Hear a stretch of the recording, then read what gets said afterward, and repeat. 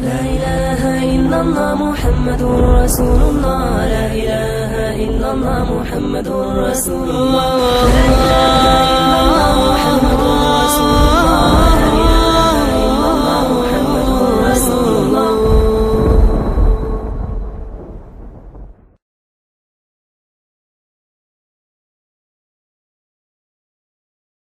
السلام علیکم ورحمۃ اللہ وبرکاتہ.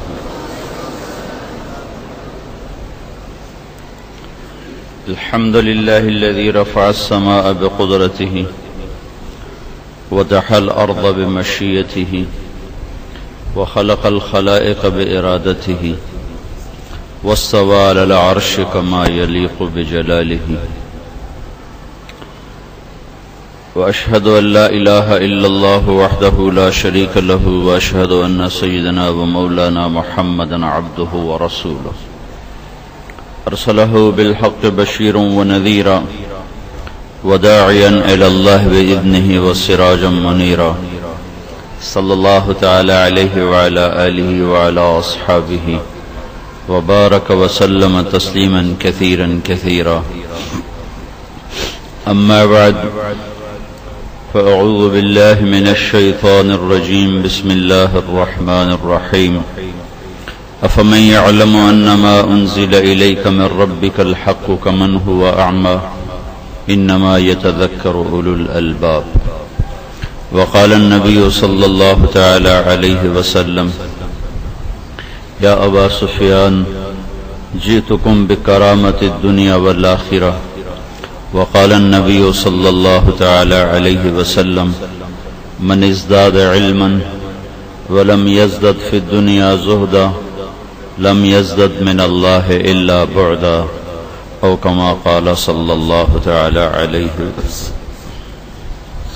میرے عزیز و بھائی اور دوستو، اللہ تعالیٰ انسان کے بارے میں فرماتا ہے لقد خلقنا الانسان في احسن تقویم، لیکن اس کو پیدا ایسے کرتا ہے کہ واللہ اخرجکم من بطون امہاتکم لا تعلمون شیئا، جاہل پیدا کرتا ہے. اللہ نے تمہیں ماں کے پیٹ سے نکالا، تم کچھ نہیں جانتے. باقی مخلوق کے بارے میں اللہ تعالیٰ فرماتا ہے ربنا الذی اعطى كل شیء خلقه ثم هدى. باقی جتنی مخلوق ہے وہ پیدائشی طور پر علم کے ساتھ پیدا ہوتی، علام ہوتی. ایک چیونٹی کو قطار بنانا کہیں سے سیکھنا نہیں پڑتا، حالانکہ چیونٹی صرف 1 سینٹی میٹر تک دیکھ سکتی، اس سے آگے اس کو نظر نہیں آتی. اور دیمک جو گھروں میں لکڑی میں لگ جاتی، کتابوں میں لگ جاتی، یہ بالکل اندھی ہوتی، اسے نظر ہی کچھ نہیں آتی. اور یہ جنگلوں میں گھر بناتی ہے تو ایک دیمک کے خاندان میں 10 لاکھ افراد ہوتے. آپ کا کتنے طلبہ ہوں گے؟ 1,500 طلبہ کے لیے کتنا عملہ تھک رہا ہے، کھپ رہا ہے. اور کتنے بینا دانا لوگ ہیں، اور پھر بھی کبھی کہیں مشکل پڑی ہوتی ہے، کبھی کہیں مصیبت آئی ہوتی ہے. 10 لاکھ کا خاندان ہے، ایک خاندان میں 10 لاکھ چیونٹیاں ہوتی ہیں، اور سب اندھے ہیں. اور ایسا عالی شان گھر بناتے ہیں. آپ افریقہ کے جنگلات میں جا کر دیکھیں تو آپ کو حیرت ہوگی، ایسا لگے گا جیسے کوئی قلعہ کھڑا ہوا ہے، حصن حصین. اور اس میں سڑکیں، اس میں گھر، اس میں روشن دان، اس میں ہوا کیسے آئے کیسے نکلے، سورج کی روشنی کیسے آئے کیسے ڈھلے، موسم کے لحاظ سے. اندھے انجینئر ہیں اور وہ کیا کاریگری کر کے دکھاتے ہیں کہ ایک آنکھوں سے دیکھنے والا انسان اس کا لاکھواں حصہ بھی نہیں کر سکتا. ربنا الذی اعطى كل شیء خلقه ثم هدى. انڈے سے بچہ نکلتا ہے 21 روز کے بعد. مرغی کے انڈے میں بچہ 21 دن میں بنتا ہے. وہ نکلتا ہی چلنا بھی جانتا ہے، دانا چگنا بھی جانتا ہے، دوست بھی جانتا ہے دشمن بھی جانتا ہے، بلی کو دیکھتے ہی ماں کی طرف بھاگتا ہے، اس نے تو آج تک کبھی بلی کو دیکھا ہی نہیں تھا۔ پھر اپنے پنجوں سے وہ پتھر کو الگ کرتا ہے، دانے کو الگ کرتا ہے۔ اس نے ماں سے پوچھا ہی نہیں کہ اماں مجھے بتاؤ تو صحیح، نہ اماں سے پوچھا نہ ابا سے پوچھا، ابا تو پہلے مفرور ہو چکا ہوتا ہے، صرف اماں ہوتی ہے تو خود کرتا ہے۔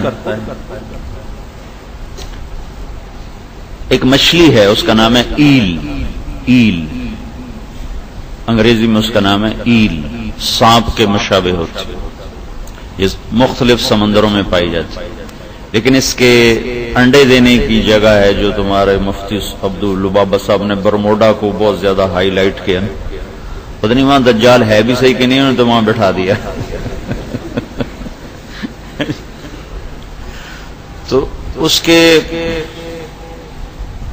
انڈے دینے کی جگہ صرف جزیرہ برموڈا ہے بس، اور کہیں نہیں۔ تو امریکہ سے، یورپ سے، افریقہ سے، ایشیا سے، ان سمندروں سے ایل انڈے دینے کے لیے وہاں جاتی ہے۔ یہ کوئی 10,000 کلومیٹر، 8,000 کلومیٹر، 4,000 کلومیٹر، 5,000 کلومیٹر، یہ اس کا سفر ہوتا ہے۔ وہاں پہنچتی ہیں، انڈے دے کے مر جاتی ہیں۔ اس کے بعد جب وہ بچے پیدا ہوتے ہیں تو ان کی غذا وہاں نہیں ہے، ان کو غذا کے لیے ماں کے سمندر میں جانا ہے۔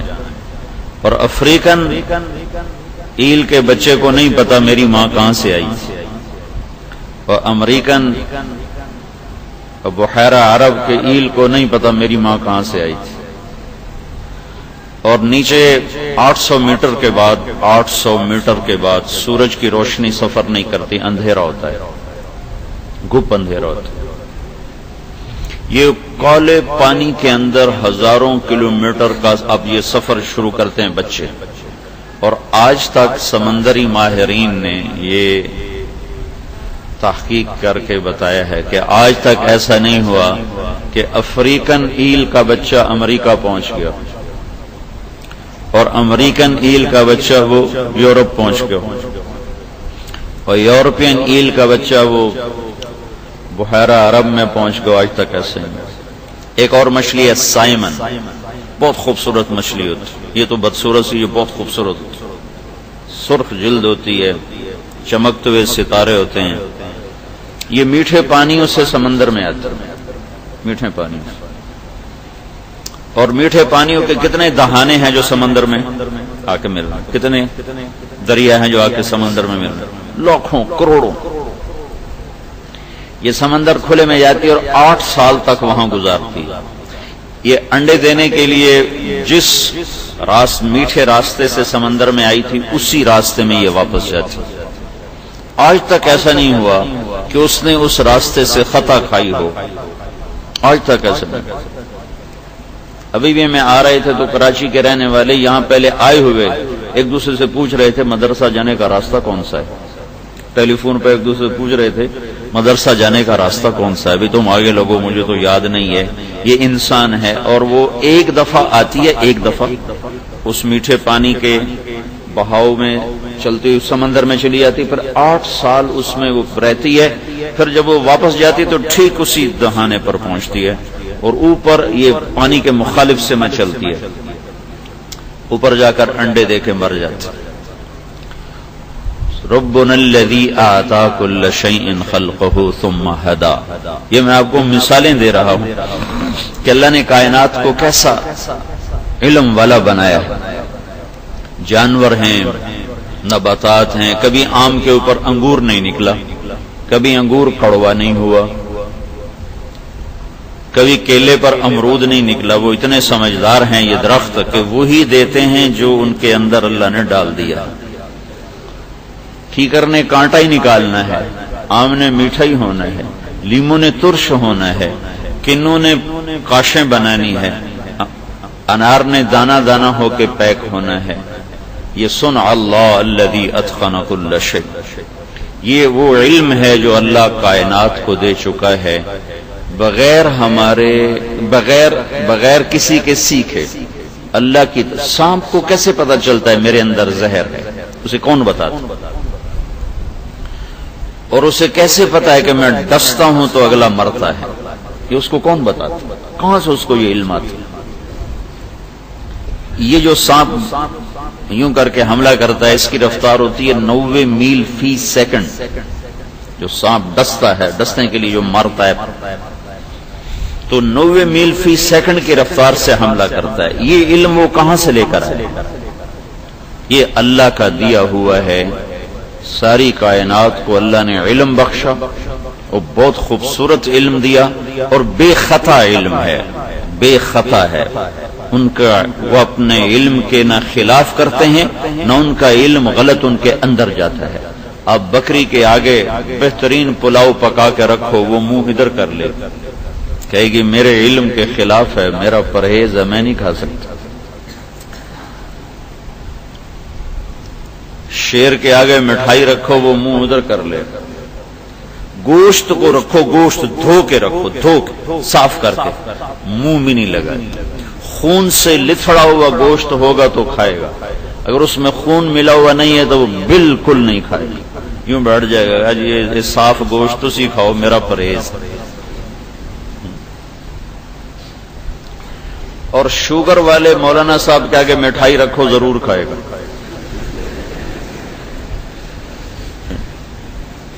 ڈاکٹر کے آگے رکھو، ضرور کھائے. چلو مولانا صاحب تو مولوی صاحب ہیں، ہدایہ پڑھاتے ہیں، انہوں نے تو میڈیکل سائنس نہیں پڑھی.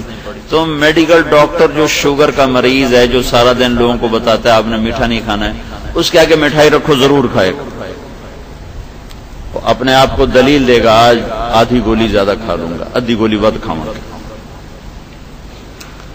جتنے شوگر والے ہوتے ہیں اوروں سے زیادہ میٹھا کھا رہے ہوتے ہیں. کہ انسان اپنے علم کے خلاف کرتا ہے، اور کوئی جانور اپنے علم کے خلاف ہرگز نہیں کرتا. کبھی چمگادڑ دن میں اڑتا نظر آیا؟ اس کے لیے دن رات ہے، وہ رات کو نکلے گا. کبھی تازہ شکار کرتا ہوا گدھ نظر آیا کہ تازہ شکار پکڑ رہا ہو؟ وہ کتنا ہی مردار گوشت ڈھیر پڑا ہو، عقاب اس کے قریب بھی نہیں پھٹکتا. یہ میں آپ کو مثالوں سے بات عرض کر رہا ہوں کہ کیسے اللہ نے کائنات کو علم بخشا، اور اس کے مقابلے میں انسان پیدا ہوتا ہے لا تعلمون شیئا، کچھ بھی نہیں جانتے. ہاں تمہیں اعضاء فجعل لکم السمع والابصار والافئدہ، تمہیں اعضاء و جوارے دیے ہیں جس سے تم علم لے سکتے. آگے بازار میں دو علم ہیں، ایک دنیا کا ہے، ایک دین کا ہے. اقرا کا جو عموم ہے یہ دونوں علوم کی ترغیب دے رہا ہے. اقرا، بسم ربک الذی خلق. اللہ کی مدد کے بغیر نہ تم دنیا کے علم میں کچھ پا سکتے ہو، نہ دین کے علم میں کچھ پا سکتے. 99% ایجادات اچانک ہوئی. سائنسدان کوئی اور چیز ڈھونڈ رہا ہے اور نکل کچھ اور آیا. 99%. اقرا بسم ربک الذی خلق استعانت کے لیے ہو کہ اللہ کی مدد کے بغیر نہیں کر سکتے، اس کی مدد کو ساتھ لو. ایک اور مطلب، اقرا بسم ربک الذی خلق، پڑھ اللہ کی پہچان کے ساتھ، اسم سموو سے پڑھ اللہ کی پہچان کے ساتھ. ہدایہ تو پڑھ گیا، اللہ کو نہیں پہچانا تو قرآن والا اقرا نہیں ہوا. بخاری پڑھ لی ہے لیکن اللہ کی پہچان نہیں ہوئی تو بسم اللہ کی پہچان کے ساتھ پڑھ، اللہ کو پہچانتے ہوئے کہ تیرا پڑھنا تمہیں اللہ کی پہچان کروا رہا ہو، کہ تمہارا دل اللہ کی عظمت اور ہیبت سے بھرتا جا رہا ہو. تو اگر یہ نہیں ہو رہا تو پھر تم بھی کہیں اور گم ہو گئے ہو، ڈھونڈو. خواجہ غلام فرید فرماتے ہیں، ہمارے سرائکی کے شاعر ہیں، سکھ ریت روش منصوری نو ہن ٹھپ رکھ کنز کدوری نو. کنز کدوری چھوڑ دے. سکھ ریت روش منصوری نو ہن ٹھپ رکھ کنز کدوری نو. ہادی نہ سمجھ ہدایہ کافی نہ سمجھ کفایا، کر پرز جلد وکایا ایو دل قرآن کتاب. کہ یہ جو نرے مسئلے ہیں یہ اللہ کا تعارف نہیں کراتا. فالو اس سے تمہیں اللہ کہاں ملے گا؟ کلو آبا کلو با جا اس سے تمہیں اللہ کی پہچان کہاں سے ہوگی؟ اور ضربو یہ تو سارے فنون ہیں نا. تو اللہ دل و دماغ پر چھائے یہ علم کا مطلوب ہے. فَعْلَمْ کیا انہو لا الہ الا اللہ شمی گویم مسلمانم بلرزم کہ دانم مشکلات لا الہ لا الہ الا اللہ اللہ کی پہچان والا علم. یقین مثل خلیلاتش نشینی یقین اللہ مستی خود گزینی سنے تہذیب حاضر کے گرفتار غلامی سے بتر ہے بے یقینی. لا الہ الا اللہ دل و دماغ پہ چھا جائے. صرف قیل و قال کا نام علم نہیں ہے بھائیو، یہ ذرائع ہیں، یہ وسائل ہیں، یہ ضروریات ہیں. امام بخاری نے مقدمہ نہیں لکھا، اس پہ ہفتہ بحث ہوتی ہے، ان کی مرضی نہیں لکھا، بات ختم ہوتی. یہ بھی تو جواب ہے بھائی، ان کا دل نہیں کیا، انہوں نے نہیں لکھا. اب فتح الباری والے نے جو اس پہ قلم چلایا تو اب ہمیں بھی ضروری اسی کو چھیڑنا ہے کہ امام بخاری نے مقدمہ کیوں نہیں لکھا؟ دل میں نہیں آیا ہوگا، نہیں لکھا ہوگا. کتنا آسان جواب ہے.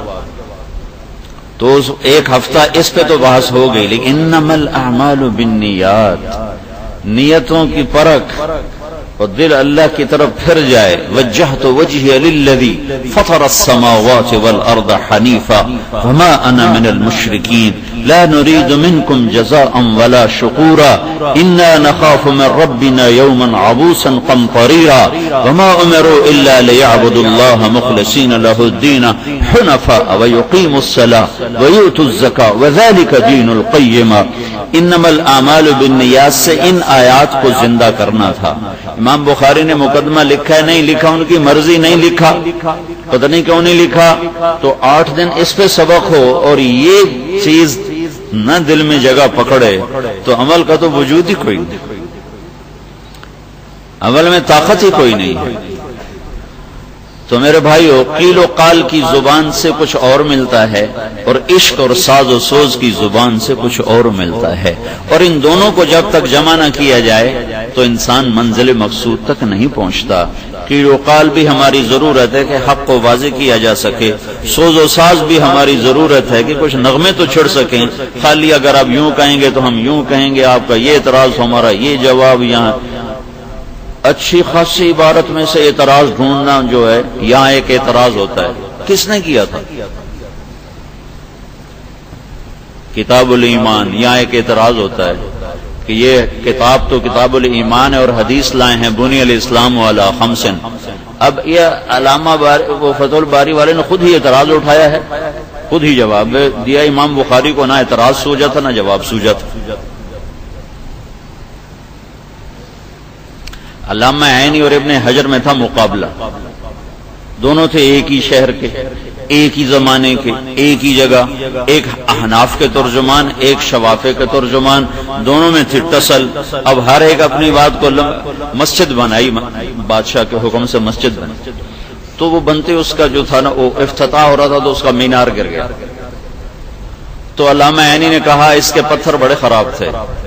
دونوں حضرات موجود تھے. تو الاحجار فاسدہ، وہ چوٹ کی ابن حجر پر، ابن حجر. تو علامہ نے کہنے کہ یہ پتھر بڑے خراب تھے اس لیے گر گیا ہے. تو ابن حجر نے فوراً فرمایا نہیں نہیں نہیں نہیں، اس کو نظر کھا گئی. اصابتہ العین، عینی، وہ عینی سے مشہور ہے نا. تو انہوں نے فوراً جواب دیا لا لا لا لا بل اصابتہ العین، اس کو تو نظر کھا گئی ہے. تو وہ آپس میں دوسرے پر چوٹے بھی مارتے تھے اور اپنی بات لمبے اس سے زیادہ بہتر، وہ کہتے اس سے زیادہ بہتر. وہ اتنا لمبا کیا کہ بخاری کو سمجھنے کے لیے فتح الباری کھولو تو پتہ ہی نہیں چلتا یہ شروع کہاں ہو رہی ہے ختم کہاں ہو رہی ہے. اگلا پہلے بھول جاتا ہے، پچھلا ہاتھ میں نہیں آتا ہے. تو یہ بھی ایک حد تک ضروری ہے، ایک حد تک. اس میں اتنا اتناب یہ غیر ضروری ہے. یہ اتناب غیر ضروری ہے، لیکن ایک حد تک اس کی تفصیل ضروری ہے۔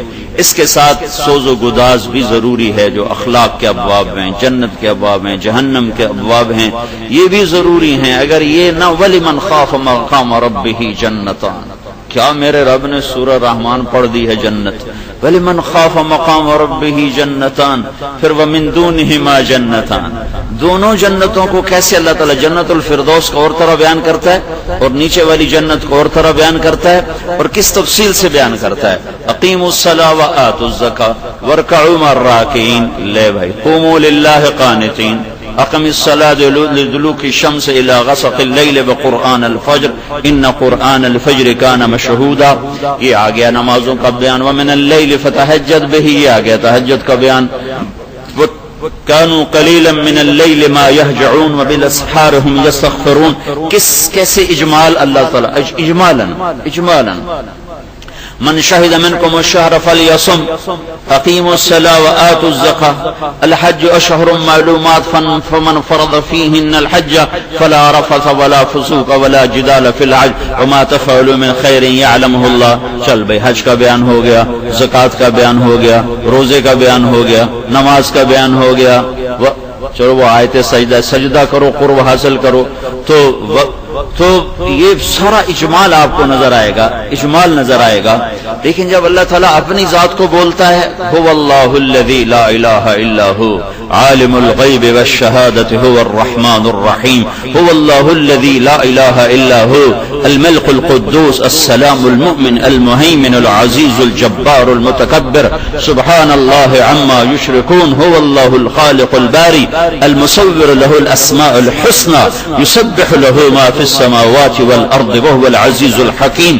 جب اپنا تعارف کراتا ہے تو ایسے کھلتا ہے جیسے سبحان اللہ، سبح للہ ما في السماوات والأرض وهو العزيز الحكيم، له ملك السماوات والأرض يحيي ويميت وهو على كل شيء قدير، هو الأول والآخر والظاهر والباطن وهو بكل شيء عليم، هو الذي خلق السماوات والأرض في 6 أيام ثم استوى على العرش يعلم ما يلج في الأرض وما يخرج منها وما ينزل من السماء وما يعرج فيها وهو معكم أينما كنتم والله ما تعملون بصير، له ملك السماوات والأرض وإلى الله ترجع الأمور، يولج الليل في النهار ويولج النهار في الليل وهو عليم بذات الصدور۔ اتنا لمبا بیان لانے کے بعد جب عمل کا وقت آیا تو ایک جملہ آمنوا باللہ ورسولہ، ترغیب اتنی ہے قرآن میں اور تشکیل اتنی ہے۔ ہمارے مدرسوں میں تشکیل اور ہاتھ میڑوں میرے ساتھ ساری ہدایہ تشکیل ہے، ساری قدوری تشکیل ہے، ساری کنز تشکیل ہے، ساری شرع وقایہ تشکیل ہے، یہ کرو یہ نہ کرو، یہ کرو یہ نہ کرو، یہ کرنا یہ نہیں کرنا، اور اس کے لیے ترغیب ہے ہی کوئی نہیں، ترغیب نام کی شے کوئی نہیں، تو دل کی دنیا بجھ آ جاتی، انگیٹھیاں سرد پڑ جاتی، پھر طالب علموں کو نماز کے لیے اٹھانا پڑتا ہے، نہ اٹھاؤ تو کسی کی رکعت گئی، کسی کی پوری گئی۔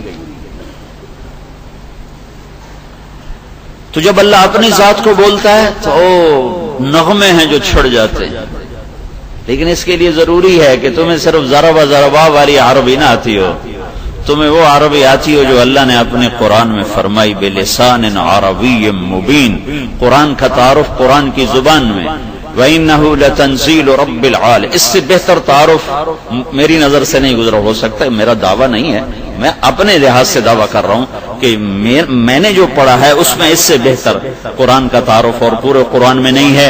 وَإِنَّهُ لَتَنزِيلُ رَبِّ الْعَالَمِينَ، کس کا کلام ہے؟ تنزیل رب العالمین۔ کون لایا ہے؟ نزل بہ الروح الامین، کس کے پاس آیا ہے؟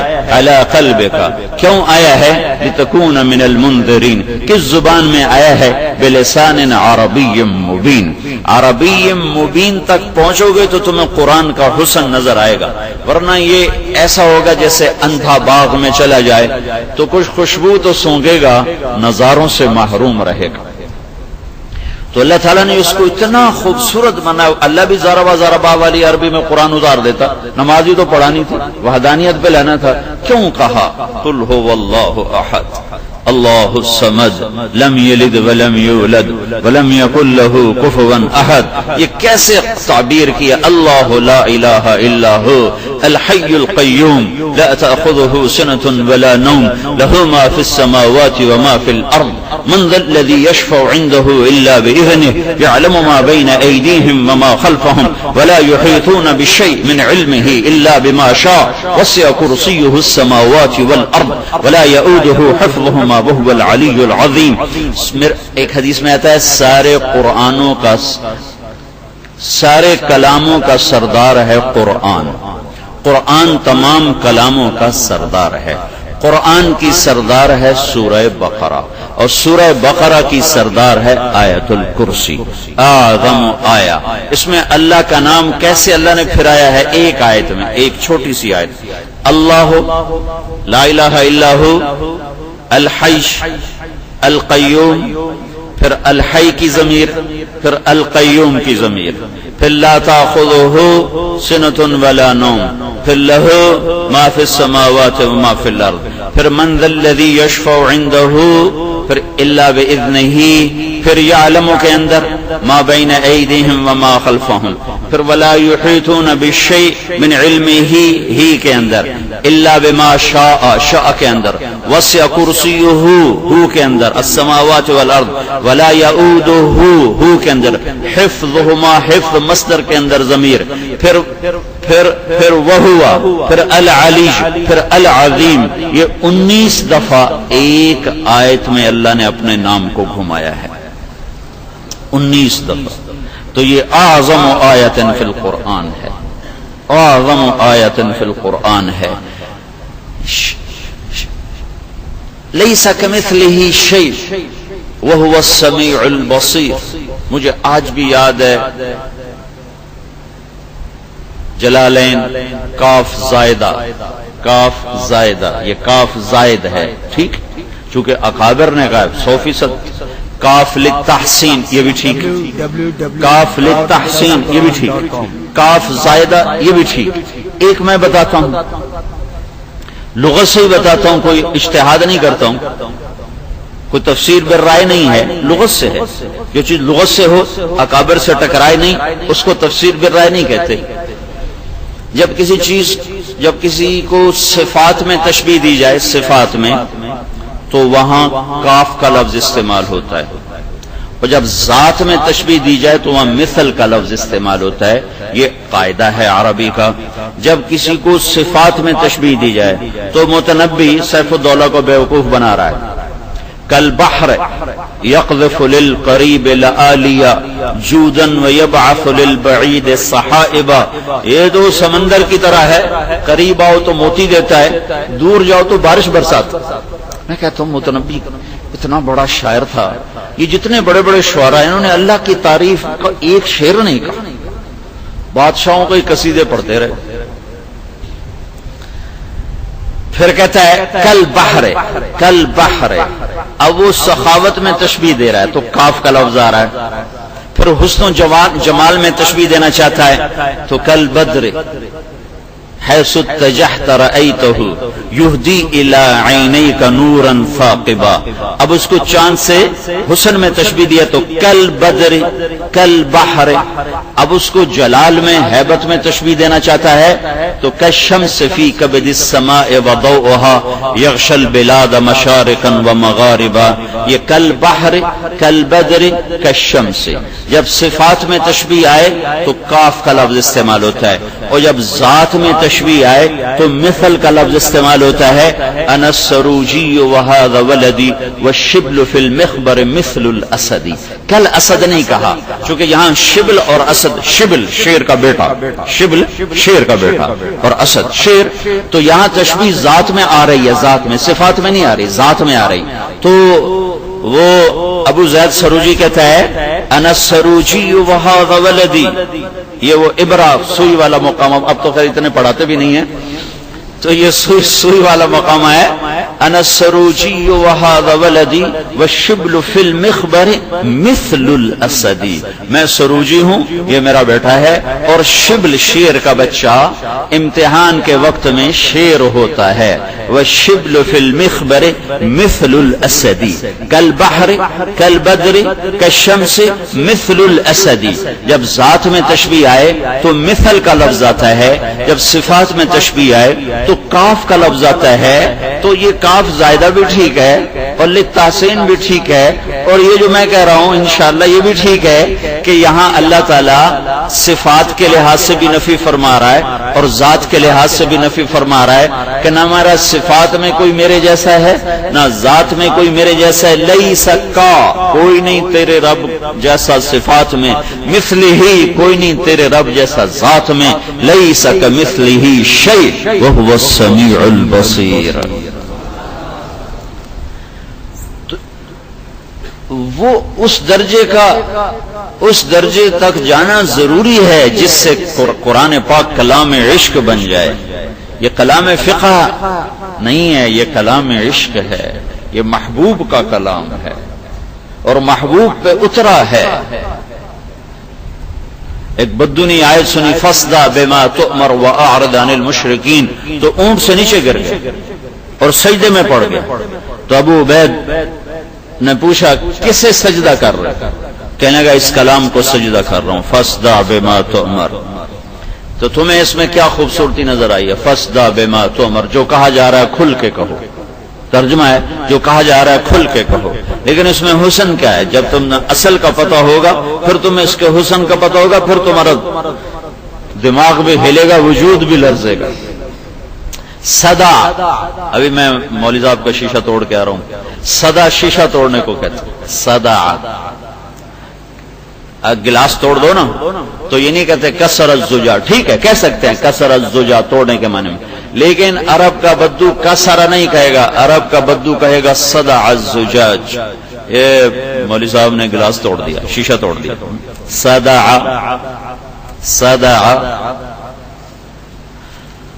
شیشے میں ایک عیب ہے، یہ ٹوٹنے کے بعد جڑتا نہیں، اس میں ایک عیب ہے، یہ ٹوٹنے کے بعد جڑتا نہیں، باقی ہر چیز جڑ جاتی ہے۔ صدع اس توڑنے کو کہتے ہیں جس کے بعد چیز جڑ نہ سکے، صدع پھٹ جانا۔ تمہارے جب سر میں درد ہوتا ہے تو لگتا ہے جیسے سر پھٹ رہا ہے، تو اس کے لیے صدا کا لفظ ہے کہ میرا سر پھٹ رہا ہے۔ کبھی تم نے کہا درد سے میرا پیٹ پھٹ رہا ہے؟ کبھی کہا کہ میرے مروڑ اٹھ رہے ہیں، میرے پیٹ میں مروڑ اٹھ رہے ہیں، میرے پیٹ میں شدید درد ہے؟ لیکن میں سر درد کا مریض ہوں پچھلے 45 سال سے، تو میں تو ہر روز چوتھے دن اس کو دیکھتا ہوں تو میں کہتا ہوں میرا سر پھٹ رہا ہے۔ صدع اس پھاڑنے کو کہتے ہیں، اس توڑنے کو کہتے ہیں جس میں چیز دوبارہ جڑ نہ سکے، جس میں چیز دوبارہ جڑ نہ سکے۔ کسرا عام ہے، صدع خاص ہے، کسر الزجاج کہہ سکتے ہیں، لیکن صدع ایک لفظ ایک خاص معنی میں ہے کہ اس طرح توڑنا کہ جڑ نہ سکے، جڑ نہ سکے۔ تو اس لیے صرف شیشے پر بولا جاتا ہے صدع ان صدع الزجاج، کہ شیشہ ٹوٹنے کے بعد جڑتا نہیں۔ اسی تعبیر کو ابو طالب نے بھی اپنے شعر میں استعمال کیا تھا، فاصدع بأمرک لم تصبک صبابۃ وَلَقَدْ صَدَقْتَ وَكُنْتَ قَبْلُ أَمِينًا فَاصْدَعْ بِأَمْرِكَ۔ تو فَاصْدَعْ کا مطلب ہے فَاصْدَعْ بِمَا تُؤْمَرُ، کہ جو میں نے تمہیں شریعت دی ہے، جو امر دیا ہے، جو دین دیا ہے، جو حکم دیا ہے، اس سے تو باطل پر ایسی ضرب لگا کہ پھر یہ قیامت تک کبھی جڑ نہ سکے، اس کو ایسا توڑ کہ یہ کبھی جڑ نہ سکے، فَاصْدَعْ ایسا توڑ کے پھر یہ جڑ نہ سکے۔ یہی تعبیر ابو طالب کے فَاصْدَعْ بِأَمْرِكَ لَمْ تُصِبْكَ صَبَابَةٌ، اس نے بدو کو زمین پہ گرایا کہ کیا تعبیر ہے، کیا تعبیر ہے۔ فَاصْدَعْ بِمَا تُؤْمَرُ وَأَعْرِضْ عَنِ الْمُشْرِكِينَ إِنَّا كَفَيْنَاكَ الْمُسْتَهْزِئِينَ۔ اس آیت کو سن کر فَلَمَّا اسْتَيْأَسُوا مِنْهُ خَلَصُوا نَجِيًّا، جب مایوس ہوئے تو مشورہ کرنے لگے، یہ ترجمہ ہے، جب مایوس ہوئے تو مشورہ کرنے لگے. لیکن اس آیت کو سن کر ایک بدو نے کہا میں قسم اٹھاتا ہوں مخلوق ایسے کلام کہنے پر قادر نہیں ہے، یہ کسی قادر کا کلام ہے. تو میرے عزیزو 8-9 سال پڑھنے کا موضوع صرف یہ نہیں کہ بعد میں معرف القرآن پڑھ کے درس قرآن دیا جائے اور معرف الحدیث کھول کے درس حدیث دیا جائے، بلکہ یہ اس لیے ہے کہ آپ اصل چشمے تک پہنچ سکو اور اس چشمے سے خود سیراب ہو سکو، اس کا حسن و جمال اور اس کا جمالیاتی منظر آپ کی دل دنیا میں ایک اضطراب پیدا کرے اور دل اللہ کی طرف کھینچے کہ اللہ جب اپنے آپ کو جب بیان کرتا ہے تو کمال کر دیتا ہے. تو سارا علم گھومتا تو اللہ کے گھر. عدل العوادل حول قلب التائه وهوى الاحبه منه في سودائه. تو دل کے اندر محبوب کا عشق ہے اور باقی سارا دل کے باہر و باہر ہے.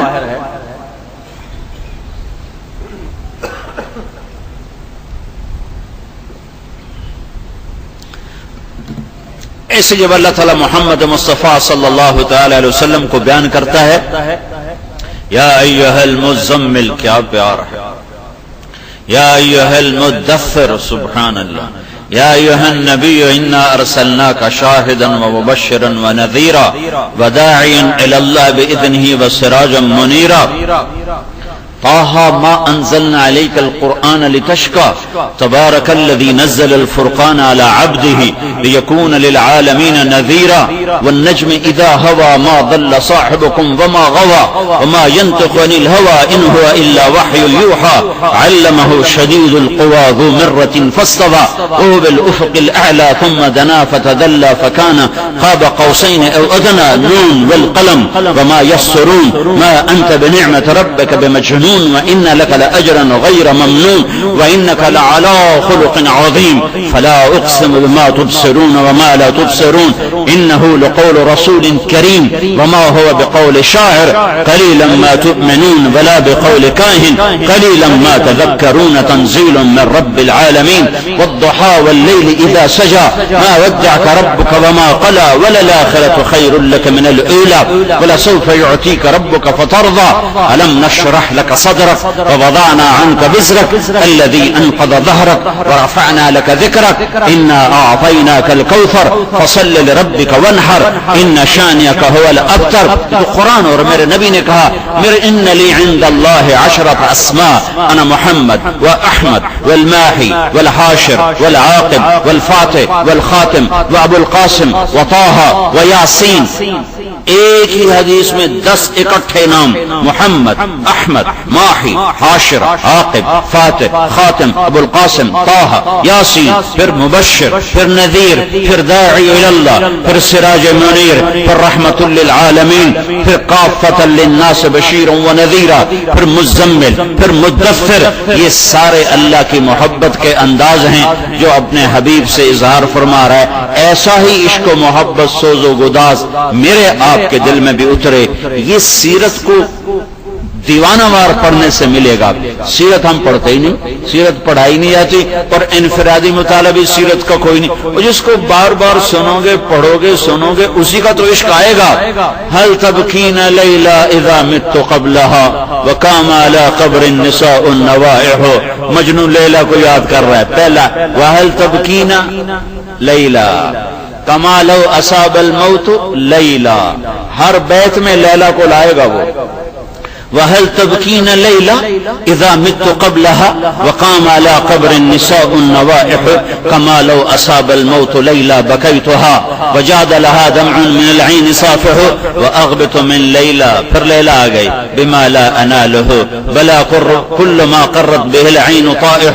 پھر سنو ولو أن ليلى وهل تبكين ليلى كما لو أصاب الموت ليلى وأغبط من ليلى ولو أن ليلى. پھر لیلا آ گئی ولو أن ليلى الأخيلية سلمت علي بدوني جندل وصفائح لسلمت تسلیم البشاشة او زقا الیہا صدن من جانب القبر سائح.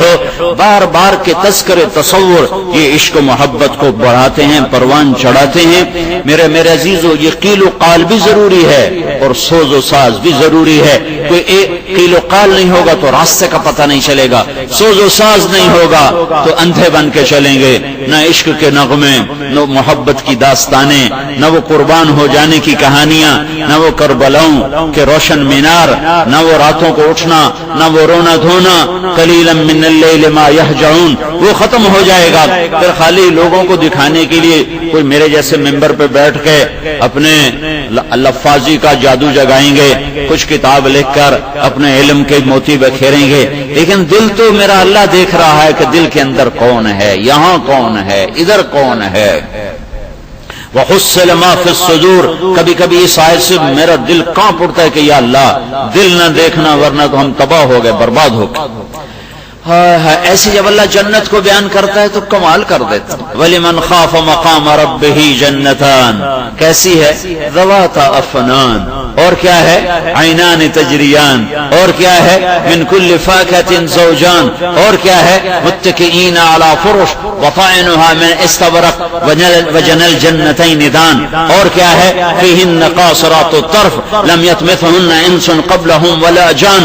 نیچے والی جنت کیسی ہے؟ وَمِنْ دُونِهِمَا جنتان، وہ کیسی ہے؟ مدہامتان. اوپر والی کیسی ہے؟ ذواتا افنان، یہ تعبیر بڑی طاقتور ہے. مدہامتان یہ اس کے مقابلے میں بڑی کمزور ہے. اوپر میں نیچے والی میں کیا ہے؟ عینان نضاختان، اوپر والی میں کیا ہے؟ عینان تجریان، بہتے چشموں کا حسن زیادہ ہوتا ہے، اور ایک ہی جگہ فوارہ مارنے والے چشمے کا حسن اس سے ذرا ماٹھا اور مدھم ہوتا ہے.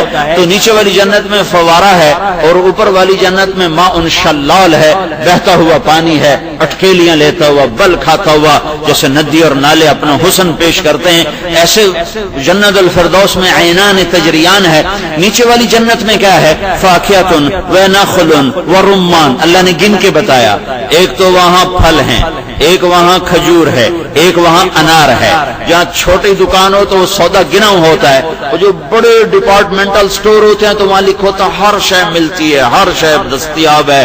اندر جاؤ اور سارے مہینے کا، سال کا سامان اٹھا کے لے آؤ. تو اللہ جنت الفردوس کے بارے میں فرماتا ہے فیہما من کل فاکہۃ زوجان، گن کے نہیں بتایا، من کل فاکہۃ زوجان. نیچے والی کے لیے بتاتا ہے فاکہۃ ونخل ورمان، اوپر والی کے لیے من کل فاکہۃ زوجان. نیچے والی جنت کے لیے کہتا ہے متکئین علی رفرف خضر وعبقری حصان، سبز رنگ کے قالینوں پر بیٹھے ہوئے ہیں. ان کے اوپر جیسے یہ اوپر بنا ہوا ہے سرکلیجی رنگ کا، تو اللہ تعالیٰ کہہ رہا ہے جنت والے سبز رنگ کے قالینوں پر بیٹھے ہوئے ہوں گے. اور جنت الفردوس والوں کے بارے میں فرماتا ہے متکئین علی فرش بطائنها من استبرق، یہ ہے جانماز کا ظاہر اور یہ ہے اس کا باطن. سمجھ دیکھ رہے ہیں بچوں؟ یہ باطن میں تو کوئی حسن کوئی نہیں نا، خالی دھاگے ہیں نا، اور ادھر سارا پرنٹ ہے، ساری خوبصورتی ہے. کڑھائی جتنی ہوتی ہے وہ کرتے کے اوپر ہوتی ہے، بنیان پر تو کوئی کڑھائی نہیں کرتا، پھر دکھائے گا کیسے؟ چولا چاہتے تو وہ دکھانے کے لیے یہاں ہوتی ہے کڑھائی، یہاں. تو میں اس کے صدقے قربان جاؤں. وہ کہتا ہے یہ قالین جو بچھے ہوں گے نا جنت الفردوس میں، اس کا اوپر میں تمہیں نہیں بتاتا، وہ تمہاری سمجھ میں نہیں آئے گا. تم اس کا نچلا اٹھا کے دیکھنا، بطائنها، نیچے دیکھنا تو تمہاری آنکھیں ختم ہو جائیں. میں نے ایسا حسین بنایا ہے من استبرق، جس کا باطن میں نے اتنا خوبصورت بنایا ہے جو نیچے ہوگا تو اس کا جس پر تم بیٹھے ہوگے وہ کیسا حسین ہوگا. بطائنها، یہ بطانی مصلی نیچے بچ جاتا ہے نا، تو اس کا یہ نیچے والا حصہ ایسے اسپاٹ ہوتا ہے، اسے بچھا دیا جاتا ہے اور اوپر اس کے پرنٹ ہوتا ہے. تو نیچے والی جنت کو اللہ تعالیٰ فرماتا ہے متکئین علی رفرف خضر، اوپر سبز رنگ کے قالین. اور جنت الفردوس کو کہتا ہے قالین نیچے سے اٹھا کے دیکھنا، ایسا حسن و جمال ہوگا جیسے چمکتا ہوا ستارہ، جیسے چمکتا ہوا سورج. تو اس کا اوپر میں نے کیسا بنایا ہوگا یہ تم سوچ بھی نہیں سکتے ہو. پھر نیچے والی جنت کے بارے میں اللہ تعالیٰ اوپر والی جنت کے بارے میں کہتا ہے فیہن ان فرش کے اوپر انہی کے ساتھ قاصرات الطرف، ساتھ بیٹھی ہوئی بیویاں، ساتھ. اور ادھر ہے فیہن خیرات حسان حور مقصورات فی الخیام. ان کو خیموں میں بیٹھا ہوا دکھایا ہے. نیچے والی جنت میں ان کو خیمے میں بیٹھا ہوا دکھایا ہے، خامند سے جدا دکھایا ہے. اور جنت الفردوس میں خامند کے ساتھ دکھایا ہے. فیہن قاصرات الطرف لم یطمثہن انس قبلہم ولا جان. فیہن جن فرش پر جنتی بیٹھے ہوں گے، متکئین علی فرش، جن پر وہ جنتی بیٹھے ہوں گے، انہی پر ان کے برابر میں جنت الفردوس کی بیویاں بھی ان کے ساتھ بیٹھی ہوں گی. ایک آدمی گھر میں اکیلا رہتا ہو، اس کی رات کیسے گزرتی؟ ایک گھر میں بیوی کے ساتھ رہتا ہو، اس کی رات کیسے گزرتی؟ اور دونوں میں فرق ہے کہ نہیں؟ عورت کے ساتھ تو اللہ نے گھر کو رونق بخشی، لتسکنوا الیہا رونق بخشی ہے. تو فردوس کی بیویوں کو ساتھ بٹھایا ہے، رونق بخشی ہیں. وہ بھی ساتھ ہی، یہ نہیں کہ وہ کوئی ساتھ ہیں، وہ بھی ساتھ ہی، لیکن تعبیر کا فرق بتا رہا ہوں کہ اللہ تعالیٰ نے اس لیے کہ جنت الفردوس کو اللہ نے اپنے ہاتھوں سے بنایا ہے. باقی جنت کو امر کن سے بنایا ہے، جنت الفردوس کو اپنے ہاتھوں سے بنایا ہے. اور جنت الفردوس والوں کو اللہ دن میں 2 دفعہ دیدار کرائے گا، نیچے والوں کو 8ویں دن جمعے کے دن دیدار کروائے گا. اور اللہ تعالیٰ ان اللہ یتجلی للناس، یہ بھی علم ہے، یہ بھی سیکھنا ہے. استخفاف کسی کا نہیں ہے، لیکن دوسرے پہلو کا استخفاف ہو رہا ہے. میں اس کو زیادہ اجاگر کرنے کی کوشش کر رہا ہوں. جس کا استخفاف ہو رہا ہے میں اس کو ابھارنے کی کوشش کر رہا ہوں. وہ بھی قرآن ہی پڑھ کے سنا رہا ہوں. اب ان فی الجنت حورا یقال لها لعبہ، جنت میں ایک حور ہے، اس کا نام ہے لعبہ. لعبہ ہے ملاعبت سے، من کثرت ملاعبتها بزوجها. لولا ان اللہ قضى لأهل الجنة الا يموتوا لماتوا من حسنها وجمالها. اگر موت مر نہ گئی ہوتی تو لعبہ کو دیکھ کر سارے مر جاتے. اور جمیع الحور العین عشاق لها، جنت کی ساری عورتیں لعبہ پہ عاشق ہیں، عورتیں عاشق. تو جس کو وہ ملے گی اس کا کیا حال ہوگا؟ مکتوب بین عینیہا او فی نحرہا، اس کے یہاں لکھا ہوا ہے یا یہاں لکھا ہوا ہے من احب ان یکون له مثلی فلیعمل برضاء ربی، جو مجھے لینا چاہتا ہے میرے رب کی رضا والی زندگی گزارنا شروع کر دے. ان فی الجنت حورا یقال لها العینا، جنت میں ایک حور ہے جس کا نام عینا ہے. جب وہ نکلتی ہے تو 70,000 نوکر اس کے دائیں طرف ہوتے ہیں، 70,000 اس کے بائیں طرف ہوتے ہیں. جسم پہ اس کے 100 جوڑے ہوتے ہیں. موت مر نہ گئی ہوتی تو اسے دیکھ کے بھی لوگ مر جاتے. اور وہ 70,000 ادھر 70,000 ادھر، 1,40,000 خدام میں اعلان کرتی ہے این الآمرون بالمعروف والنہون عن المنکر، کہاں ہیں بھلائی کے پھیلانے والے اور برائیوں کے مٹانے والے. انی لکل من امر بالمعروف ونہا عن المنکر، مجھے میرے رب نے طے کر دیا ہے جو بھلائی پھیلائے گا برائی مٹائے گا میرا اس سے نکاح ہو گیا. اس کا تاثر اور پڑے گا. سب سے ادنا درجے کا جنتی جب وہ جنت میں داخل ہوگا تو 80,000 نوکر اس کا استقبال کریں، 80,000 خدام، اور 40 سال کی مسافت کا اس کے لیے قالین بچھایا جائے گا. اور اس کے نوکر کہیں گے ہمارے آقا آپ بڑی دیر سے آئے، ہم تو انتظار کر کر تھک گئے. ان سے کہے گا شکر کرو میں آ گیا، تمہیں نہیں خبر میری کتنی دھلائی ہوئی ہے، بڑی مشکل سے جان بچا کے اللہ نے نکالا ہے، شکر کرو میں آ ہی گیا ہوں. اب وہ آگے چلے گا، نور کی چمک اٹھے گی، وہ سجدے میں گرے گا تو اس کے نوکر کہیں گے آپ کسے سجدہ کر رہے ہیں؟ وہ کہے گا یہ اللہ کا نور ہے. کہیں گے آپ کے محل کا نور ہے. پھر آگے چلے گا تو ایک میدان میں اس کو بٹھائیں گے، تخت پر 80,000 نوکر ہیں، 80,000 قسم کے مشروب اور کھانے اس کو پیش کریں گے. ایک ہاتھ میں کھانا، ایک ہاتھ میں مشروب. یہ 80,000 قسم کے کھانے بھی کھا جائے گا، مشروب بھی پی جائے گا. پھر کہیں گے اب آپ اپنے گھر والوں سے مل لیں. تو ایک دم وہ غائب ہو جائیں گے اور سامنے سے پردہ ہٹے گا. تو ایک لڑکی ایسی ہی جنت ایک اور کھلے گی، وہ تخت پر ایسے ٹیک لگا کے بیٹھی ہوگی اور اس کے 70 جوڑوں میں اس کا جسم ایسے سورج کی طرح چمکتا ہوا نظر آ رہا ہوگا. جب اس کی نظر پڑے گی تو اس کی پہلی نظر جو یوں دیکھے گا تو یہاں بیٹھے بیٹھے اس کو 40 سال لگ جائیں گے. 40 سال سوچیں، بیٹھے بیٹھے 40. پھر وہ کہے گی اما لک فینا من رغبت، آپ کو میری حاجت نہیں ہے؟ وہ کہے گا تو کون ہے؟ جس نے کالے کالے فرشتے دوزخ کے دیکھے، اب دیکھا حور کو تو پاگل ہو رہا تھا. وہ کہے گا تو کون ہے؟ وہ کہے گی میں آپ کی بیوی ہوں، میں آپ کی بیوی ہوں. اچھا.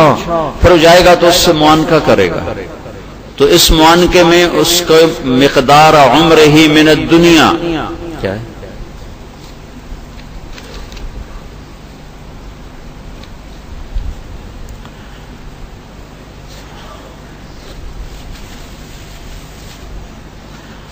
تو 70 برس معانقے میں لگا دے گا. اور ایک نظر پڑے گی تو اس کا حسن ایک مقام پر ہوگا، دوسری نظر پڑے گی تو پہلے سے 70 گنا زیادہ بڑھ چکا ہوگا، تیسری نظر پڑے گی تو 70 گنا بڑھ چکا ہوگا. اگر میاں بیوی ایک دوسرے کو صرف دیکھنے کی لذت لیتے رہیں، صرف دیکھنے کی، تو اللہ ذوالجلال کی قسم وہ 1000 سال بھی ایک دوسرے کو بیٹھ کے دیکھتے رہیں تو ان کی لذت بڑھتی رہے گی. یہ دنیا کے میاں بیوی 4 منٹ ایک دوسرے کو نہیں دیکھ سکتے، نہ لڑائی ہو جانی. تو میں نے ویکھی کیوں جانی، یہ آپس میں ہی لڑ پڑیں گے. 4 منٹ نہیں ایک دوسرے کو دیکھ سکتے، وہ کہیں گے چکو چکر ہے ضرور. صرف چونکہ جنت میں کسی چیز میں ٹھہراؤ نہیں، اس کا حسن اوپر جا رہا ہے، اوپر لازوال چیز ہے نا، تو ہر پل اس کا حسن اوپر جا رہا ہے، اوپر جا رہا ہے، اوپر جا رہا ہے. لہذا مرد ہے یا عورت ہے، جنت کی اس عورت سے جس کا میں حسن بیان کر رہا ہوں، ایمان والی عورت کا درجہ 70,000 گنا زیادہ ہوگا، 70,000 گنا زیادہ خوبصورت ہوگا. ام سلمہ نے پوچھا یا رسول اللہ، دنیا کی عورتوں کا درجہ بڑا ہے یا جنت کی عورت کا درجہ بڑا ہے؟ تو آپ نے فرمایا ام سلمہ دنیا کی عورت کا درجہ بڑا ہے. کہا وہ کس لیے یا رسول اللہ؟ کہا بصلاتہن وصیامہن وعبادتہن، نماز روزے عبادت کی وجہ سے اللہ ان کو جنت کی عورتوں پر فوقیت بخشے گا. اور حضرت عائشہ رضی اللہ تعالیٰ عنہ کی روایت ہے کہ جنت میں ایک اجتماع ہوگا جس میں عورتیں اور جنت کی حوریں جمع ہوں گی. جنت کی حوریں کہیں گی نحن الخالدات فلا نموت ونحن الناعمات فلا نبعث ونحن الراضیات فلا نسقط ونحن المقیمات فلا نرحل. ہم زندہ ہیں، موت نہیں آئی، جوان ہیں، بڑھاپا نہیں آیا، ساتھ دیا ہے، کبھی چھوڑا نہیں، راضی رہی ہیں، کبھی لڑائی نہیں، کبھی لڑائی نہیں. اور یہ چاروں باتیں دنیا کی عورت میں ہیں، موت بھی ہے، بڑھاپا بھی ہے، ساتھ بھی چھوٹتا ہے، لڑائی بھی ہے. نیک گھروں میں بھی لڑائی ہوتی ہے اور دنیا دار گھروں میں بھی لڑائی ہوتی. میں حج پہ تھا تو وہاں سے میں بس سے اتر گیا نا مینا میں، پیدل چل پڑا، مزدلفہ میں پیدل چل پڑا، ساتھ 2-4 اور ساتھی بھی تھے. ہم تو پیدل چلتے چلتے ہم مینا کی حد پر آ کر بیٹھ گئے کہ صبح نماز پڑھیں گے، پھر تھوڑا سا وقوف کریں گے، پھر آگے پیدل کنکری مارتے آگے چلے جائیں. تو 2-2:30 بج رہے تھے، 3 بج رہے تھے، تو لوگ جا رہے تھے. تو ایک بوڑھا اور بوڑھی آ کے ہمارے قریب بیٹھ گئے، تھکے ہوئے تھے تو سستانے کے لیے بیٹھ گئے. اب دونوں نیک ہی ہیں نا، حج پہ آئے ہوئے ہیں. تو تھوڑی دیر کے بعد وہ بوڑھا کہنے لگا اٹھی ٹوریے، ہماری زبان میں اٹھی ٹوریے، سمجھ میں آ رہی ہے نا میری بات؟ اٹھی چلیے، اٹھی ٹوریے. تو آدھی میں تھکی پئی ہوں، میں نہیں ٹر دی.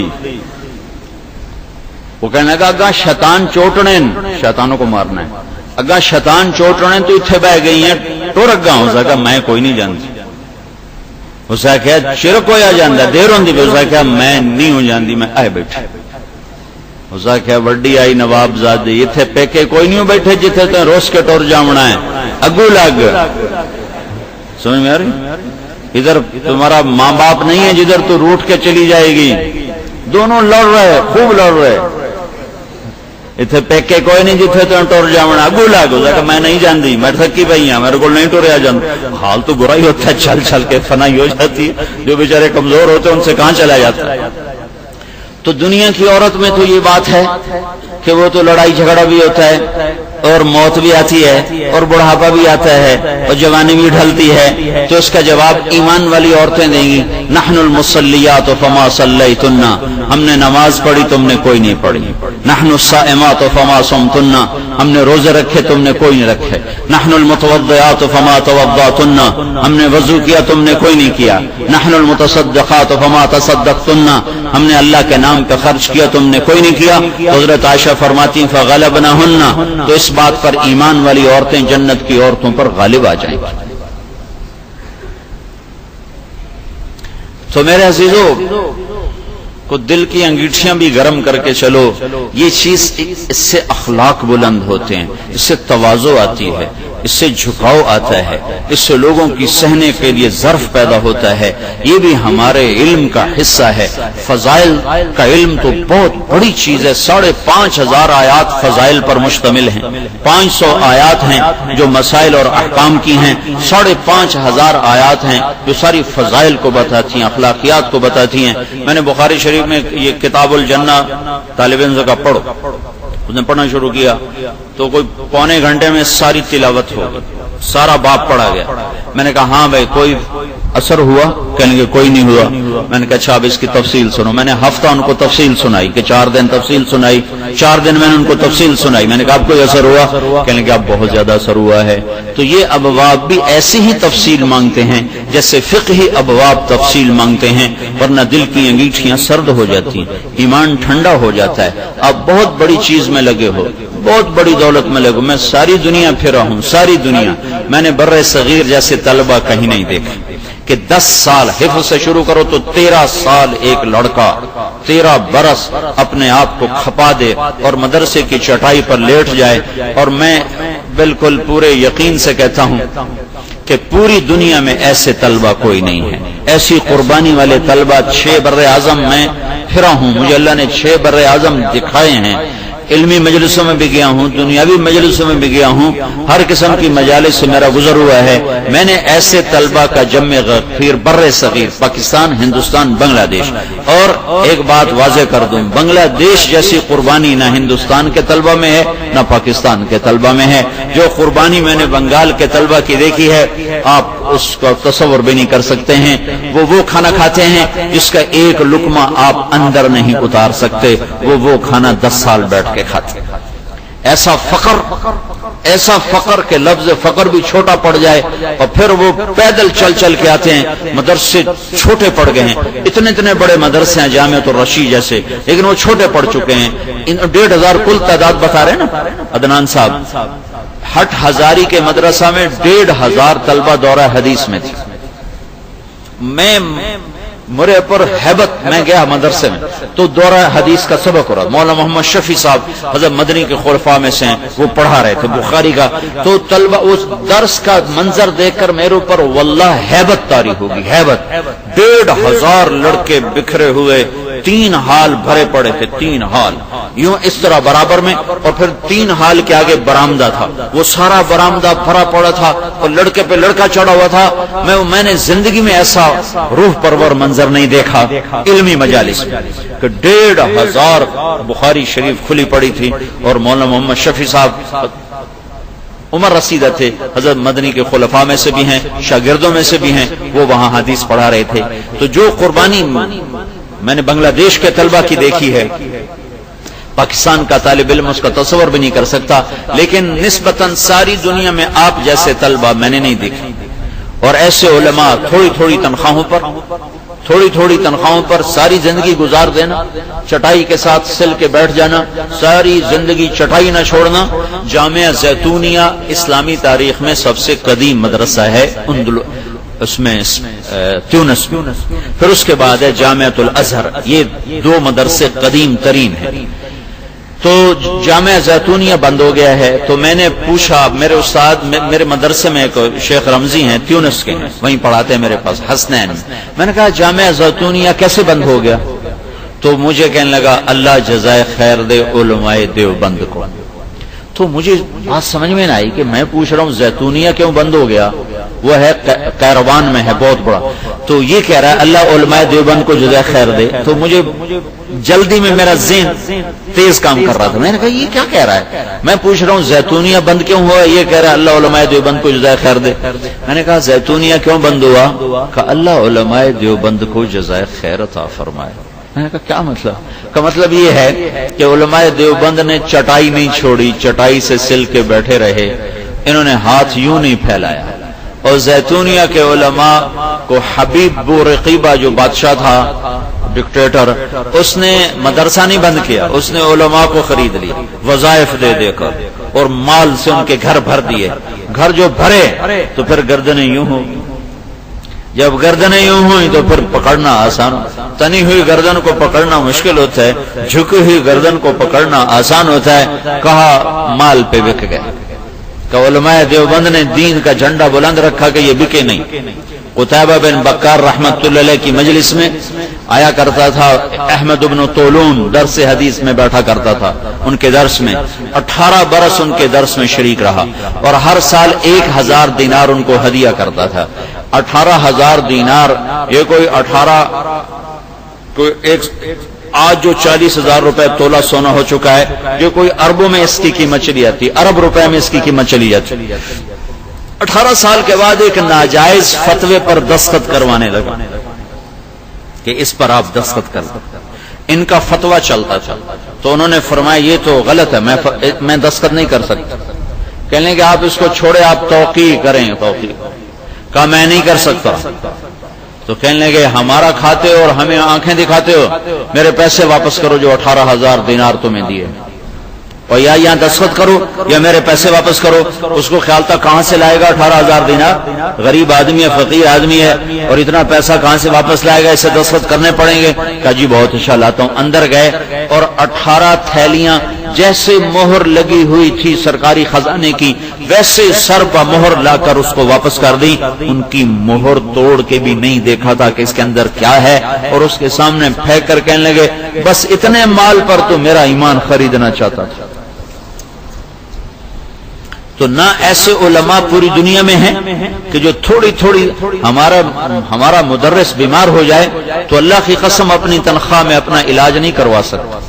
اس کی بیٹی کی شادی تو بہت بڑا مسئلہ ہے, بیٹے کی شادی تو بہت بڑا مسئلہ ہے. اس کو خالی نزلہ زکام ہو جائے نا تو وہ سوچتا ہے چلو ایسے ہی ٹھیک ہو جائے گا, دوائی لینے جاؤں گا تو پھر روٹی کا خرچہ کہاں سے نکالوں گا اور چولہا کہاں سے چلاؤں گا. ایسے علماء, ایسے طلبہ. میں نے اپنے مدرسے میں کہا, مدرسے کے قاری صاحب سے, کہ آپ صبح فجر سے پہلے شروع کرتے ہیں اور عشاء کے بعد تک پڑھاتے رہتے ہیں, تو آپ ایسا کریں کہ ایک تو فجر پر اٹھایا کریں, فجر سے پہلے نہ اٹھایا کریں سردیوں میں, اور ایک عشاء کے بعد نہ پڑھایا کریں, آرام کیا کریں آپ بھی اور لڑکوں کو بھی آرام دیں. تو مجھے یہ خیال تھا کہ یہ قاری صاحب کہیں گے جی جزاک اللہ مولانا صاحب بڑی مہربانی, آپ نے تو بڑی آسانی کر دی. واللہ میں سن کے ہل گیا. کہنے لگے جی پھر کام پورا نہیں ہوتا. تنخواہ کتنی؟ 6,000 میں وہ نزلے کا بیمار ہو جائے وہ دوائی نہیں لے سکتے. اور وہ کہہ رہا ہے جی کام پورا. میں تو کہوں گا میرے خیال سے کہ جی جزاک اللہ آپ کی بڑی مہربانی, آپ نے کفایت کر دی. وہ کہنے لگے جی کام پورا نہیں ہوتا. تم جنید بغدادی نہ بن سکتے ہو, نہ ہم شیخ عبد القادر جیلانی بن سکتے ہیں. ہم 15ویں صدی میں ہیں, 15ویں صدی میں. یہ جو نسبت ہے, اس نسبت پر تمہاری جوانی میں اس چار دیواری میں آنا, یہ ان کا پڑھانا, تمہارا پڑھنا, اور اس مثال کے سارے ادارے, اس نسبت پر جمع ہونے والے سارے طلبہ, طالبات, معلمین, معلمات, عورتیں, مرد, یہ اللہ کا چناؤ ہے, یہ اللہ کا چناؤ ہے, یہ اللہ کا چناؤ ہے. دیکھو نا, دور رسالت کو صدیقی دور نہیں پکڑ سکتا. حضرت انس فرماتے ہیں جو ہی ہم نے اللہ کے نبی کے قبر کی مٹی کو ہاتھوں سے جھاڑا, انکرنا قلوبنا, ہم نے اپنے دلوں کی کیفیت کو بدلا ہوا پایا. تو دور نبوت کو دور صدیقی نہیں پہنچ سکتا, دور صدیقی کو دور فاروقی نہیں پہنچ سکتا, دور فاروقی کو دور عثمانی نہیں پہنچ سکتا, دور عثمانی کو دور علوی نہیں پہنچ سکتا. حضرت معاویہ رضی اللہ تعالیٰ عنہ فرمایا کرتے تھے مجھے برا نہ کہا کرو, مجھے برا نہ کہا کرو. لوگ موازنہ کرتے تھے نا, خلفائے راشدین کے ساتھ موازنہ کرتے تھے. تو عمر نے فرمایا، حضرت معاویہ نے فرمایا رضی اللہ تعالی عنہ، مجھے برا نہ کہا کرو، میں اپنے پہلوں سے واقعی برا ہوں، لیکن میرے بعد میں آنے والے مجھ سے بھی برے ہوں. ان کو تو کون پہنچ سکتا ہے. وہ مامون الرشید کے ساتھ ایک شخص نے بحث کی کہ تو کیسا خلیفہ ہے، عمر بھی تو خلیفہ تھا، عمر بھی تو امیر المومنین تھا، تو کیسا امیر المومنین ہے. تو مامون نے کہا عمر بن خطاب کے عوام تھے ابو ہریرہ، میرے عوام ہو تم پہلے ابو ہریرہ بنو، میں عمر بن جاؤں گا. تم ایسے ہی رہو بدماش اور مجھے عمر بناؤ گے تم تو مجھے پاگل سمجھ کے حکومت سے نکال دو. پہلے تم ابو ہریرہ بنو پھر میں عمر بن جاؤں گا. معاویہ رضی اللہ تعالیٰ عنہ نے یزید سے پوچھا تمہیں خلافت دوں تو کس کی پیروی کرو گے؟ تو یزید نے کہا میں عمر بن خطاب کی پیروی کروں گا. تو معاویہ رضی اللہ تعالیٰ عنہ نے ارشاد فرمایا سبحان اللہ، بیٹا تیرا باپ تو عثمان کی پیروی نہ کر سکا، تو عمر کی کہاں سے کرے؟ کہ میں نے تو عثمان کی پیروی کرنا چاہا، مجھ سے نہ ہو سکا، تو عمر کی کہاں سے کرے گا؟ تو یہ گھٹتی کا پیرا ہے. ہر آنے والا دن شام گہری ہوتی جا رہی ہے، چونکہ ہم قیامت کے قریب ہو رہے ہیں. آپ اللہ کے فضل سے بڑے فضائل والے ہو، آپ کی نسبت بڑی اعلیٰ ہے. اس نسبت پر مر جانا، اس نسبت پر اذا مات العبد واللہ یعلم منہ شرا ویقول الناس فیہ خیرا فیقول اللہ تعالی قد قبلت شہادت عبادی لعبدی وعفوت عن علمی.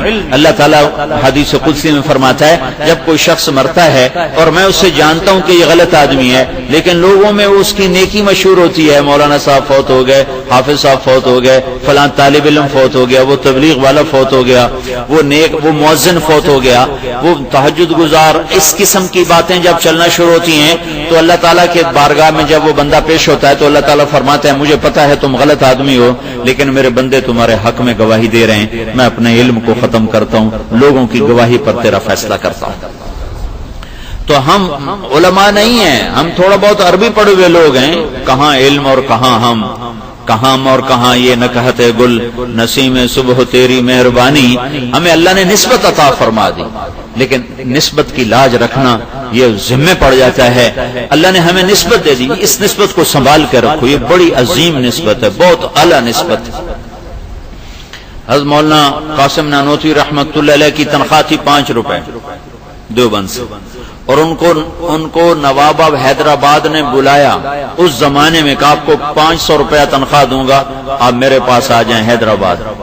تو انہوں نے فرمایا کہ میں یہ مدرسے کی نسبت کو قربان نہیں کر سکتا، اس کی نسبت اصحاب صفہ کے ساتھ ہے اور اس کی نسبت یورپ اور لندن کے ساتھ ہے، میں اپنی یہ نسبت قربان نہیں کر سکتا. اور ان کو خط لکھا، یہ تو ویسے فرمایا، اور ان کو خط لکھا کہ میری تنخواہ ہے 5 روپے. تو 1 روپیہ تو میں مدرسے میں چندہ جمع کراتا ہوں، 2 روپے میں مدرسے میں چندہ جمع کراتا ہوں، اور 2 روپے میرا اور میری بیوی کا مہینے کا خرچہ ہے، اور 5واں روپیہ مجھے پریشان رکھتا ہے کہ میں اسے کہاں خرچ کروں. تو 500 کو لے کے کیا کروں گا؟ میرے استاد سے مولانا غلام محمد صاحب تو کچھ ان سے استفادہ کیا، ایسے باقاعدہ نہیں پڑھا. تو مجھ سے فرمانے لگے بیٹا، وہ صدر مدرس تھے ایک جگہ فیصل آباد، فرمانے لگے کہ میرے انتظامیہ نے کہا آپ کی تنخواہ بڑھانی ہے. تو میں نے کہا نہیں، میرا تو 600 میں گزارا ہوتا ہے، میں تو نہیں بڑھاؤں گا.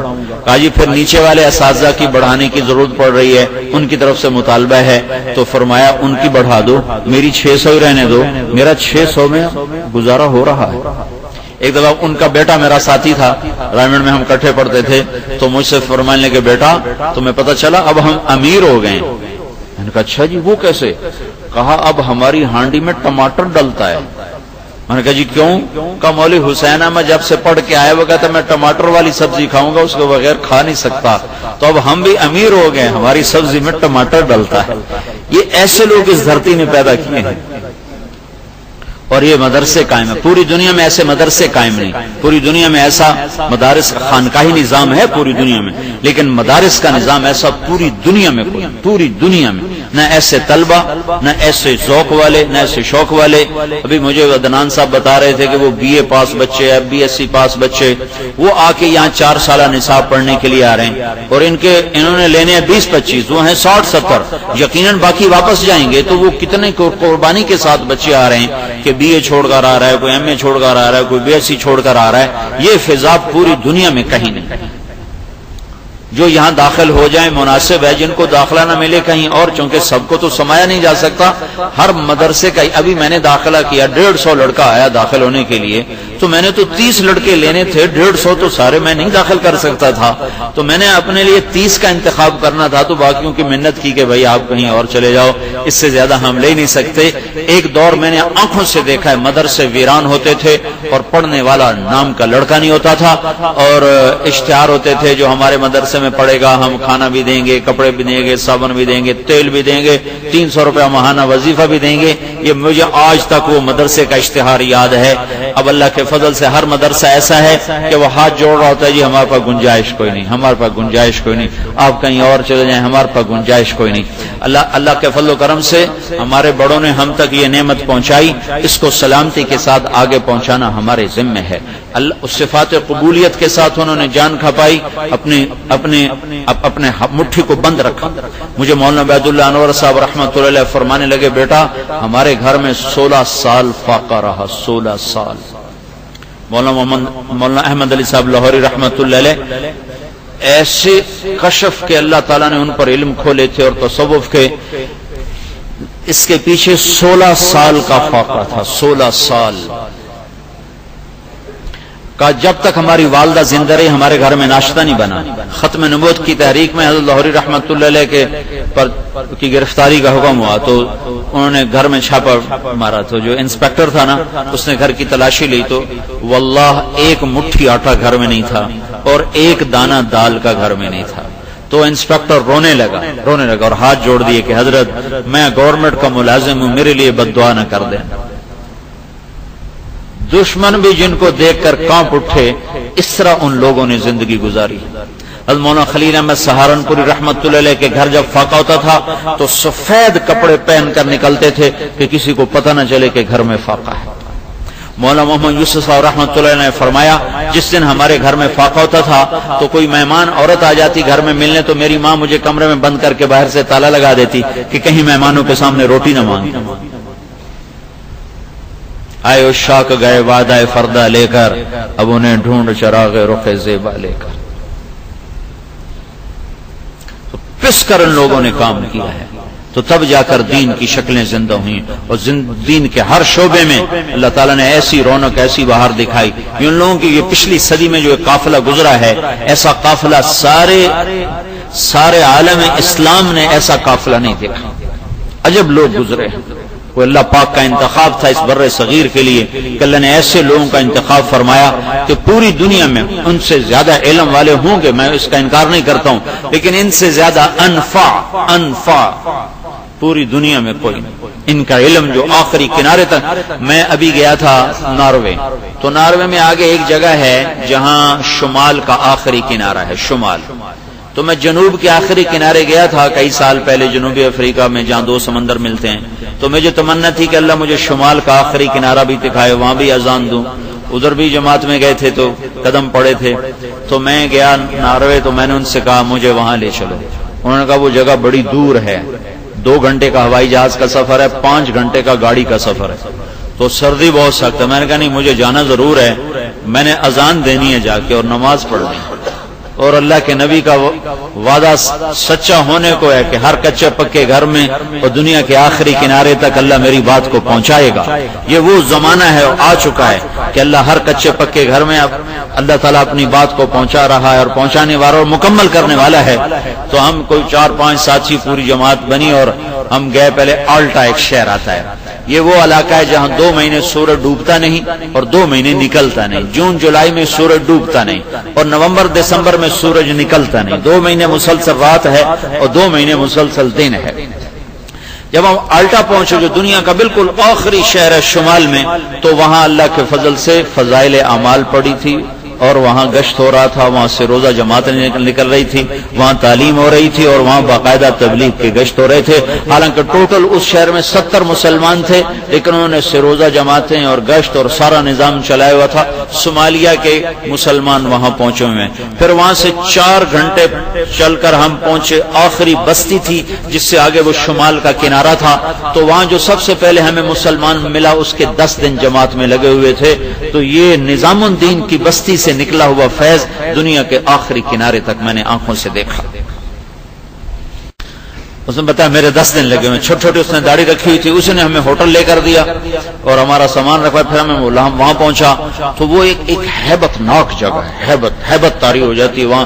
ایک سردی کی شدت، ایک جگہ کی ہیبت کہ اللہ کیسا خلاق ہے. بلا وہو الخلاق العلیم، بلا وہو الخلاق العلیم. یہ آیت وہاں بار بار پڑھنے کو جی چاہتا ہے، بلا وہو الخلاق العلیم. تو وہاں جاتے میں نے سورج وہاں ڈوب رہا تھا کوئی 11:15 بجے، اور پھر اگست میں ڈوبنا شروع ہو جاتا ہے. 1 گھنٹے بعد اس نے نکل آنا تھا. تو ہم پہنچے کوئی 12:30 بجے. وہاں 12:30 بجے ایسی روشنی تھی جیسے تم اب روشنی دیکھ رہے ہو نا. رات کے 12:30 بجے ایسا روشن تھا اور افق بالکل سرخ تھا. تو جاتے ہی میں نے وہاں اذان دی، مغرب کی اذان دی. اور یہ زندگی کا انوکھا تجربہ کہ مغرب بھی پڑھی، عشاء بھی پڑھی، فجر بھی پڑھی، ملا کر ایک ہی وقت میں مغرب پڑھی، پھر اس کے بعد عشاء پڑھی، پھر اس کے بعد فجر پڑھی اور اس کے ساتھ ہی سورج نکل آیا. آدھے گھنٹے کے اندر مغرب عشاء فجر. مغرب عشاء تو مسافر ہم لوگ سوری کر لیتے ہیں، وہ حقیقی کر لیتے ہیں، وہ تو مل جاتی ہیں. لیکن عشاء فجر کے ملنے کی تو کوئی شکل ہی کوئی نہیں. لیکن وہاں اللہ کے فضل سے میں نے فجر بھی، مغرب بھی، عشاء بھی اکٹھی ملا کے پڑھی اور ساری اپنے وقت پر پڑھی. انہوں نے ہمیں کہا، وہ جو ہمارے ساتھ وہ صومالی تھا، کہ آپ یہاں ذرا جلدی کیجیے گا چونکہ سورج نکلنے میں کوئی دیر باقی نہیں ہے. تو میں نے جلدی سے اذان دی. سخت سردی، ہوا میری ہڈیوں میں اتر رہی تھی. میں نے کہا یا اللہ آج تیرے نبی کا وعدہ سچا ہو گیا کہ دنیا کے آخری کنارے تک بھی میری بات پہنچے گی. میں یہ اذان دے رہا ہوں، اللہ اکبر اللہ اکبر. تو وہاں ایک ہال کمرہ تھا، اس میں ہم نے چادریں بچھائیں اور مغرب کی نماز پڑھی. اس کے بعد پھر عشاء کی نماز پڑھی. پھر فوراً اب میں نے کہا جلدی وطر پڑھو کہیں سورج نہ نکل آئے. پھر جلدی سے وطر پڑھے. پھر فجر کی اذان دی اور اس کے ساتھ الم تری کیف کے ساتھ فجر کی نماز پڑھی. اور ہم مصلی جھاڑ کے اٹھے تو ادھر سے سورج نے کہا السلام علیکم. تو آخری کنارے تک اللہ تعالیٰ نے یہاں اس بر صغیر سے نکلنے والا جو چشمہ ہے اس نے آخری کنارے تک پانی پہنچایا ہے. آپ بھی اسی لڑی میں پروئے ہوئے موتی ہو. اپنی نسبت کا خیال کرو، اپنی نسبت کا خیال کرو. میں رائمنڈ پڑھتا تھا تو ہمارے استاد صاحب نے ایک دن فرمایا رائمنڈ کی نسبت کو بیچنا نہیں. تو مجھے خیال آیا اس میں بیچنے والی چیز کیا ہے؟ نہ ہمیں کوئی پوچھتا ہے، نہ ہمیں کوئی قریب بیٹھاتا ہے، نہ کوئی ہمارا حال لیتا ہے. اپنوں نے ہمیں گھر سے نکال دیا، ماں باپ نے گھر سے نکال دیا. تو اس میں بیچنے والی چیز کیا ہے؟ لیکن 25 سال کے بعد پتا چلا کہ بہت قیمتی چیز ہے اور بہت بک سکتی ہے، دنیا بھی اس سے ہم کما سکتے ہیں. تو اللہ نے آپ کو ایک عظیم لڑی میں پرویا ہے، اس کی قدر کرو. کل قیامت کے دن اللہ تعالیٰ جب علماء کا جھنڈا معاذ ابن جبل کے ہاتھ میں پکڑائے گا اور اعلان کرے گا کہ امت کے علماء اس جھنڈے کے نیچے آ جاؤ، تو ہم کوئی ایسا کام نہ کر بیٹھیں کہ اس جھنڈے سے محروم ہو جائیں. اس میں کہیں پیچھے ہی جگہ مل جائے لیکن وہ قافلے کے ساتھی بن جائیں، کہ بہت بڑی ہمارے لیے غنیمت ہوگی. تو ایک اپنی پڑھائی کو عظمت سے پڑھو، اور پڑھائی کو اس لیے مت پڑھو کہ آگے چل کے کوئی نوکری کرنی ہے. علم برائے شعور ہوتا ہے، علم برائے روٹی نہیں ہوتا. جو قومیں علم برائے روٹی کر دیتی ہیں وہ زوال کا شکار ہو جاتی ہیں. علم کا موضوع کبھی بھی روٹی نہیں رہا، کبھی بھی معیشت اور معاش نہیں رہا. علم کا موضوع ہمیشہ بیداری، شعور اور فہم اور فراست، اور یہ دنیا کے لحاظ سے، اور دین کا علم اللہ کی معرفت، اس کی رضا، اس کے محبوب کی رضا، اس کی جنت کی طلب، اس کی جہنم سے پناہ. اس کا موضوع یہ ہے. اس موضوع کے ساتھ اگر تم لگو گے تو اللہ تعالیٰ تمہارا سینہ کھولے گا، تمہیں رہبر بنائے گا، تمہیں ہادی بنائے گا، تمہیں مہدی بنائے گا، تمہیں ہدایت کا ذریعہ بنائے گا. اور اللہ تعالیٰ کے فضل و کرم سے اس دعوت محنت نے 6 بر اعظم میں دنیا کے آخری کنارے تک، اور اس سے آگے گرین لینڈ، وہ شمال سے ذرا ہٹ کر ہے، وہاں اب بھی برف کے گھروں میں رہتے ہیں. وہاں بھی جماعتیں گئی ہیں. وہاں ٹوٹل 5 مسلمان تھے. صرف 5 مسلمانوں کو ملنے کے لیے اللہ کے فضل سے پوری جماعت گئی. اور 4 گھنٹے کی فلائٹ لے کر گئی اور وہاں 1 ہفتہ انہوں نے ہوٹل میں قیام کیا. وہاں جون میں بھی برف پڑتی ہے، ہر وقت وہاں برف ہوتی ہے. وہاں ٹوٹل 5 مسلمان تھے تو ان کو بھی جا کر اللہ کی بات سنائی ہے. یہ تبلیغ کا کام بہت عظیم اثرات مرتب کرنے کا سبب اور ذریعہ بنا ہے. تو اپنے پڑھائی کے زمانے میں اپنی پڑھائی سے انصاف کرو. عربی میرا ذوق ہے، میں کوئی عالم نہیں، کچھ عربی سے لگاؤ ہے، کچھ عربیت سے محبت ہے، عشق ہے. تو میں یہ گلا بھی کرتا ہوں اور بات بھی کرتا ہوں کہ بھائی یہ ہماری کمی ہے، ہمارے اہل مدارس میں اس طرف رجحان نہیں ہے. یہ پیدا کرو، اس کو اپنے اندر پیدا کرنے کی کوشش کرو. پٹھان والی اردو کی طرح ہماری عربی ہے. جماعت کھڑا ہو گیا، امیر بلاتی ہے، ہم جاتی ہے، تو آتی ہے. تو وہ ایک پٹھان مرید ہو گیا دلی میں نا، مرزا مظہر جانا رحمت اللہ علیہ. تو وہ تھے بڑے نفیس بزرگ، بہت شاہ ولی اللہ کا دور، یہ سارے ایک دور کے بزرگ ہیں. تو وہ بیٹھا تھا خدمت میں، تو حضرت نے فرمایا کہ خان صاحب کو سراہی پکڑنا، سراہی اٹھا کے لانا. تو دلی کی زبان میں سراہی کا جو نیچے ہوتا ہے پیندا، اس کو پیٹ کہتے ہیں، اس کو پیٹ کہتے ہیں. تو حضرت کو خیال ہوا یہ پٹھان آدمی ہے، زور سے اٹھائے کہیں سراہی توڑ نہ دے. تو جب وہ اٹھانے لگا تو انہوں نے پیچھے سے کہا، پیچھے سے خان صاحب پیٹ پکڑ کے اٹھانا، مطلب نیچے سے. تو خان صاحب نے ایک ہاتھ سے پیٹ پکڑے، ایک ہاتھ سے سراہی پکڑے. ہماری عربی اتنی کو ہے، اتنی عربی سے قرآن سمجھ میں نہیں آتا.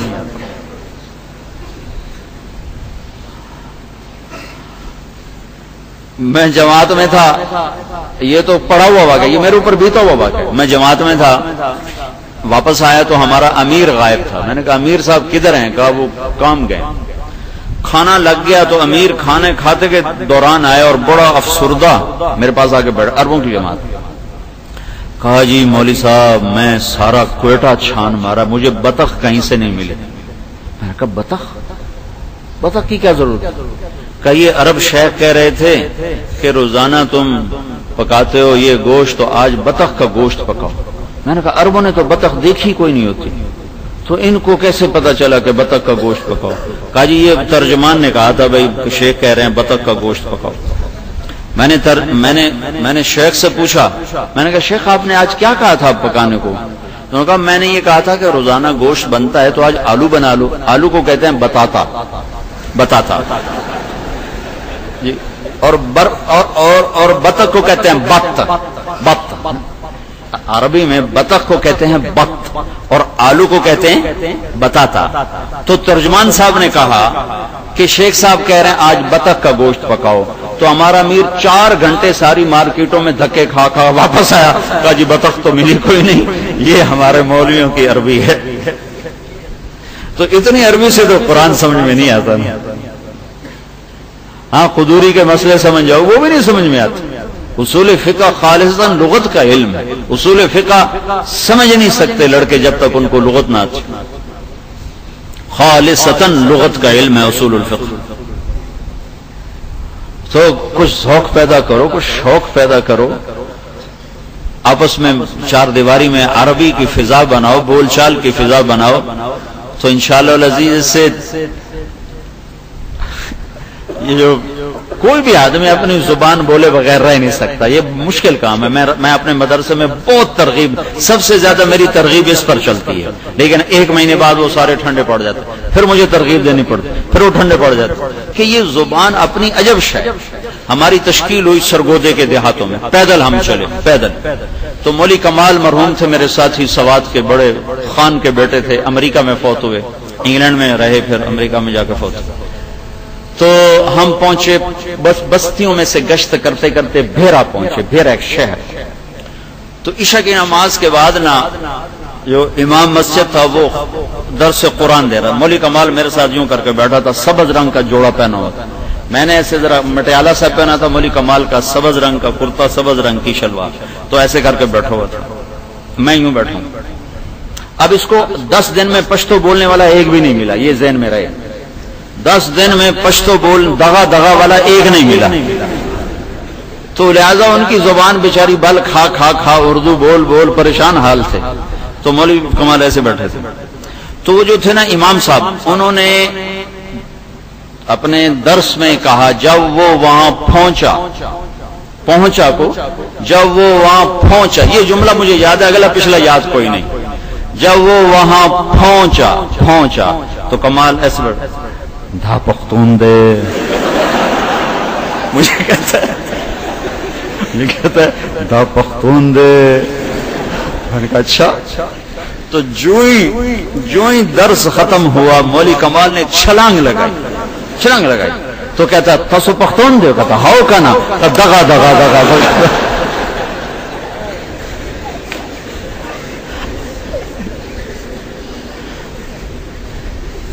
اپنی زبان چھوڑنا بڑا مشکل کام، بہت مشکل کام. تو میں سب سے زیادہ جو تھکتا ہوں اپنے مدرسے میں وہ اس پہ تھکتا ہوں کہ بار بار ترغیب. ٹھیک ہے، میں اردو والا اردو میں آسانی محسوس کرتا ہے، پشتو والا پشتو میں آسانی محسوس کرتا ہے، پنجابی میں آسانی محسوس کرتا ہے. لیکن یہ ہماری ضرورت ہے کہ یہ ہماری فطرت ثانیہ بن جائے کہ بولنا سیکھنا، بولنا پڑھنا لکھنا. تو اللہ کے فضل و کرم سے قرآن کا حسن آپ پر کھلے گا. حسن جب اللہ تعالیٰ آپ کو چھٹیاں دے تو پھر آپ تبلیغ میں وقت لگاؤ کہ اس سے زیادہ انفع امت کے لیے اس وقت اور کوئی کام کی شکل کوئی نہیں. اس سے زیادہ اہم اور انفع کوئی شکل اس وقت دنیا میں موجود کوئی نہیں. جس نے 6 بر اعظم کو لپیٹ میں لیا ہو، دنیا کے آخری کنارے تک بات کو پہنچایا ہو، اور ہر استعداد کے مرد عورت کو کام کا بنا دیا ہو.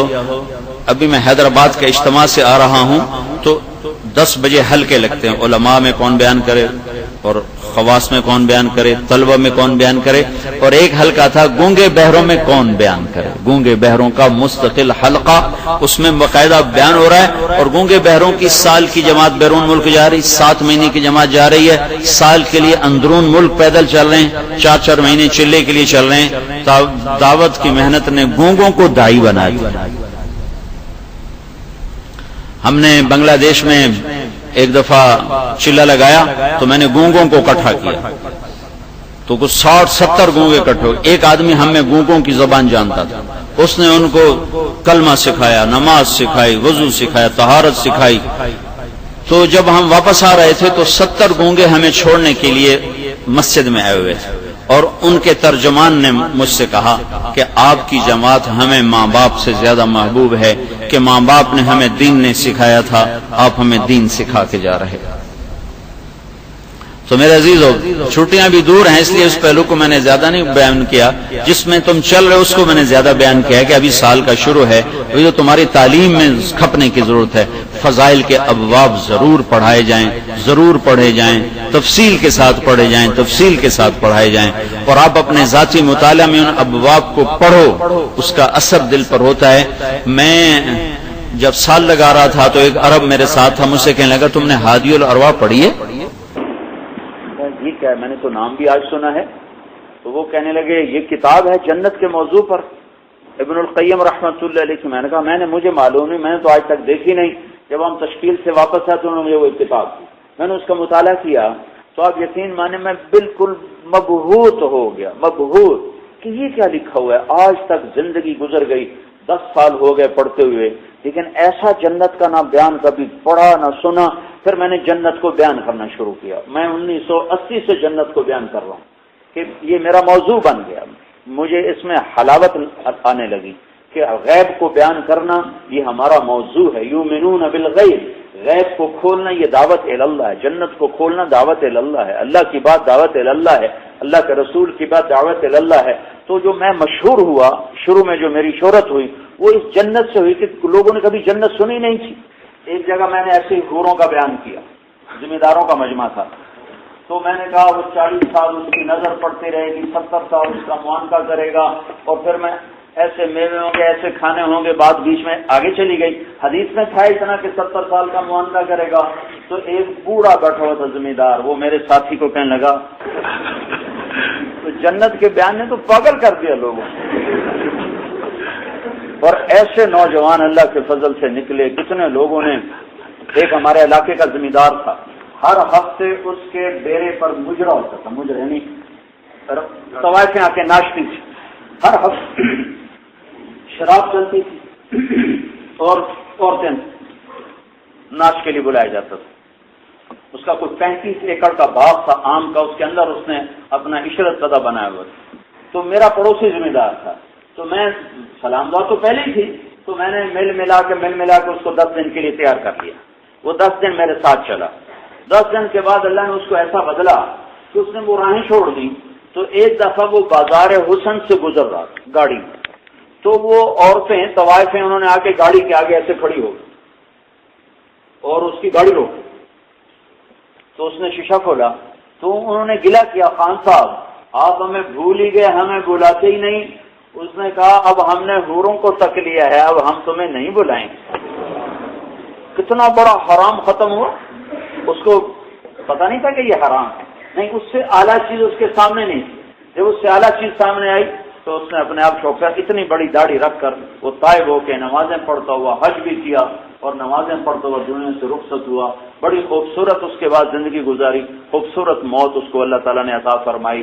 تو فضائل کی دعوت اور فضائل کا علم یہ بہت بڑی چیز ہے۔ اپنی ذاتی انفرادی وقت میں ان کتابوں کا مطالعہ کیا کرو۔ اخلاق کی کتابیں ہیں، جنت کی کتابیں ہیں، جہنم کی کتابیں ہیں، ان کا تھوڑا تھوڑا مطالعہ کیا کرو، یہ تمہیں بہت مفید اور کارآمد انشاءاللہ ثابت ہوگا۔ یہ مطالعہ فقہی چیزوں کا اور فنی چیزوں کا مطالعہ بھی اپنے ساتھ ہے، وہ تو چل ہی رہا ہے، لیکن اس کے ساتھ اس کو بھی مطالعے میں رکھو۔ تو اللہ کے فضل و کرم سے میں نے اس میں بہت فائدہ پایا، آپ کو بھی انشاءاللہ فائدہ ہوگا۔ جہنم کی کتاب پڑھو، جنت کی پڑھو، جو اس موضوع پر ملے۔ ایک کتاب النہایہ ہے، النہایہ، اس میں سب کچھ جمع ہے۔ ابن کثیر رحمۃ اللہ علیہ کی کتاب ہے نا البدایہ والنہایہ، تو البدایہ والنہایہ تو انہوں نے اپنے زمانے تک لکھی ہے۔ پھر ایک الگ جلد ہے النہایہ، النہایہ میں انہوں نے جنت کو، جہنم کو، آخرت کو، محشر کو، نفخہ اولا، نفخہ ثانیہ، حشر، یاجوج ماجوج، ہر شے ذکر کر دے۔ بہت مفید کتاب ہے، اخلاق بنانے کے لیے، جذبات بنانے کے لیے بہت مفید کتاب ہے۔ بلکہ یہاں تو بہت علمی کام ہوتا ہے، میں کہوں گا ان سے اس کا ترجمہ ہی کروا دیں تو بہت فائدہ ہوگا لوگوں کو۔ بڑے مفید کتاب ہے، یہاں تو ماشاءاللہ بہت علمی کام ہو رہا ہے، تو کوئی حضرات اس کا ذمہ لے لیں تو اس کا ترجمہ ہو جائے تو انشاءاللہ لوگ اس سے بہت نفع اٹھائیں گے۔ النہایہ، تو آپ سارے بچے بھائی اس کی نیت کرو، اس کے ارادے کرو اور اللہ کا شکر ادا کرو۔ اور ایک آخری نصیحت یہ کرتا ہوں، اس چار دیواری میں آپس میں رہتے ہوئے اور استادوں کے ساتھ معاملہ کرتے ہوئے یہ زبان کی حفاظت کرو، زبان کو غیبت سے پاک رکھو، زبان کو چغلی اور شکایت سے پاک رکھو، زبان کو تنقیدی جملوں سے پاک رکھو۔ آپ لوگوں کو کبھی شراب کا خیال بھی نہیں آتا ہوگا، کبھی خواب میں بھی شراب پیتا اپنے آپ کو دیکھو گے نا تو تم استغفر اللہ پڑھتے ہوئے اٹھو گے، کہو گے اللہم انی اعوذ بک من شر ہذہ الرؤیا۔ اور تو غیبت تم مسجد میں بیٹھ کے بھی کرتے ہو اور درسگاہ میں بیٹھ کر بھی، تم سے مراد ہم سب، تم نہیں کرو، جو ہمارا ماحول ہے وہ چل رہا ہے۔ اور غیبت ہماری درسگاہ میں بھی چلتی ہے، اپنے کمروں میں بھی چلتی ہے اور مسجد میں بھی چلتی ہے، اور جو محسن ہیں استاد ان کی بھی غیبت چلتی ہے۔ تو میں تمہارے ہاتھ جوڑتا ہوں، تم علمی طور پر بے شک کمزور رہ جو، کوئی بات نہیں، یہ کمی اللہ پوری کر دے گا، لیکن یہ زبان کو قابو میں رکھو، اپنی زبان پر تالا لگا کے رکھو۔ یہ ہے بیگ کی طرح، بیگ کھلا ہوتا ہے کہ بند ہوتا ہے؟ بیگ ہر وقت بند رکھتے ہو نا، جب ضرورت ہوتی ہے تو کھولتے ہو، پھر فوراً زپ چڑھاتے ہو، ساتھ تالا بھی لگاتے ہو۔ تو اس کو یہ اللہ نے تالا لگا کے رکھا ہوا ہے، اس کو بند رکھا کرو، ضرورت کے وقت کھولو۔ میں لا یعنی سے نہیں منع کرتا ہوں، جتنی مرضی لا یعنی کرنی ہے کرو، لطیفے سناؤ، ہنسو ہنساؤ، جو مرضی کرو، بس غیبت کا بول نہ بولو۔ لا یعنی کرنے والے صحابہ بھی ہیں، عبداللہ بن حذیفہ رضی اللہ تعالیٰ عنہ مشہور تھے لا یعنی کرنے میں، اور ان کی شکایت کی کہ یا رسول اللہ عبداللہ بن حذیفہ بہت لا یعنی کرتا ہے، ان کو حمار کا لقب دیا ہوا تھا۔ اللہ کے رسول نے کہا دعوه فإنه يحب الله ورسوله، عبداللہ کو کچھ نہ کہو، اس کو اللہ اس کے رسول سے پیار ہے۔ نعیمان رضی اللہ تعالی عنہ مزاح صحابہ میں سب سے زیادہ مزاحیہ، اسید بن خضیر رضی اللہ تعالی عنہ، اسید بن خضیر رضی اللہ عنہ اللہ کے نبی کی مجلس میں اتنے لطیفے سناتے تھے کہ صحابہ ہنس ہنس کے گر جاتے تھے۔ لایا نہیں موجود ہے، زیادہ خشک بھی نہیں ہونا بھی نہیں چاہیے، ہمیں بندہ ڈھیر چڑھ جاتی کر کملے ہو جانے پیچھے، ہنساؤ، ہاں غیبت کا بول نہ نکلے، کسی کی دل آزاری کا بول نہ نکلے، ہنسے ہنسانے میں سخریہ نہ ہو، لا یسخر قوم من قوم والا وہ سخریہ نہ ہو، ہاں لطیفے ہوں۔ اللہ کے نبی کی مجلس میں لطیفے ہوتے تھے۔ نعیمان نے نعمان کا لطیفہ تو 1 سال تک سارے صحابہ میں ہنسی کا موضوع بنا رہا کہ سویبت نعمان ابو بکر گئے تجارت کے لیے ملک شام اللہ کے نبی کے دور میں، تو ابو بکر کا کام نعمان کو بھوک لگی، نعمان بدری صحابی ہیں، وہ سویبت سے کہنے کا روٹی کھلاؤ مجھے بھوک لگی، وہ کہنے کا ابو بکر آئے گا تو کھلاؤں گا، کہنے کا میں تیرا انتظام کرتا ہوں۔ منڈی میں گئے، کہنے لگے بھائی یہ غلام بک رہا ہے عرب، صرف اس میں ایک عیب ہے کہ جب تم اسے پکڑو گے کہے گا میں غلام نہیں میں آزاد ہوں، یہ نہ سننا، باقی بندہ بڑا ٹھیک تھا، کہیں گے ٹھیک ہے کیا لوگ کہ 10 اونٹنیاں لوں گا، 10 اونٹنیاں ان سے لے لی اور سویبت کر کا وہ کھڑا ہے، انہوں نے جا کے گل میں جو پٹا ڈالا، کیا کر رہے ہم نے تمہیں خرید لیا، کہ میں آزاد ہوں، کہ میں پہلے پکڑ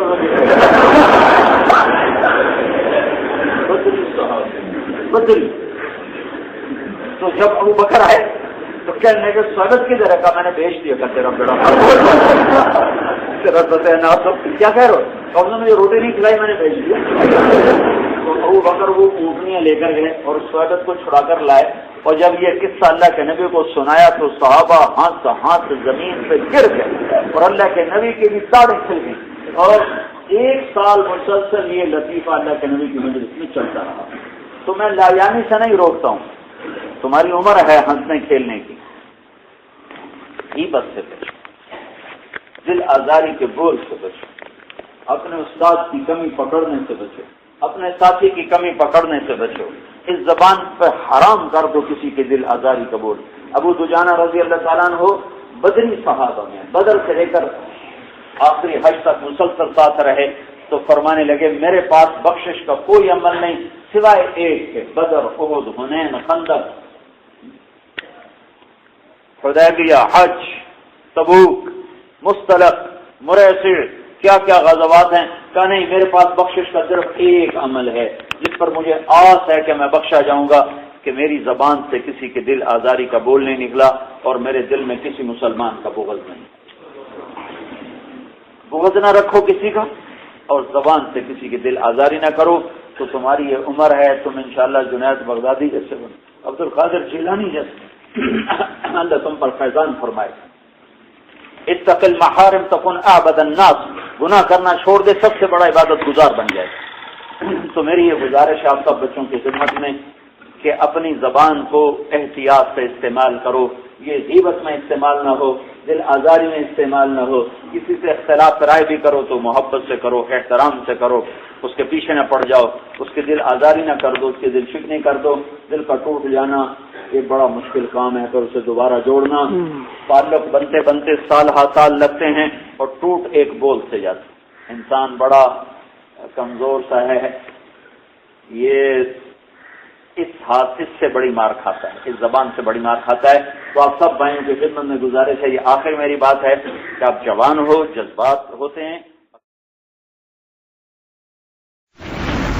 سبحان اللہ والحمد للہ ولا الہ الا اللہ واللہ اکبر، سبحان اللہ والحمد للہ ولا الہ الا اللہ واللہ اکبر۔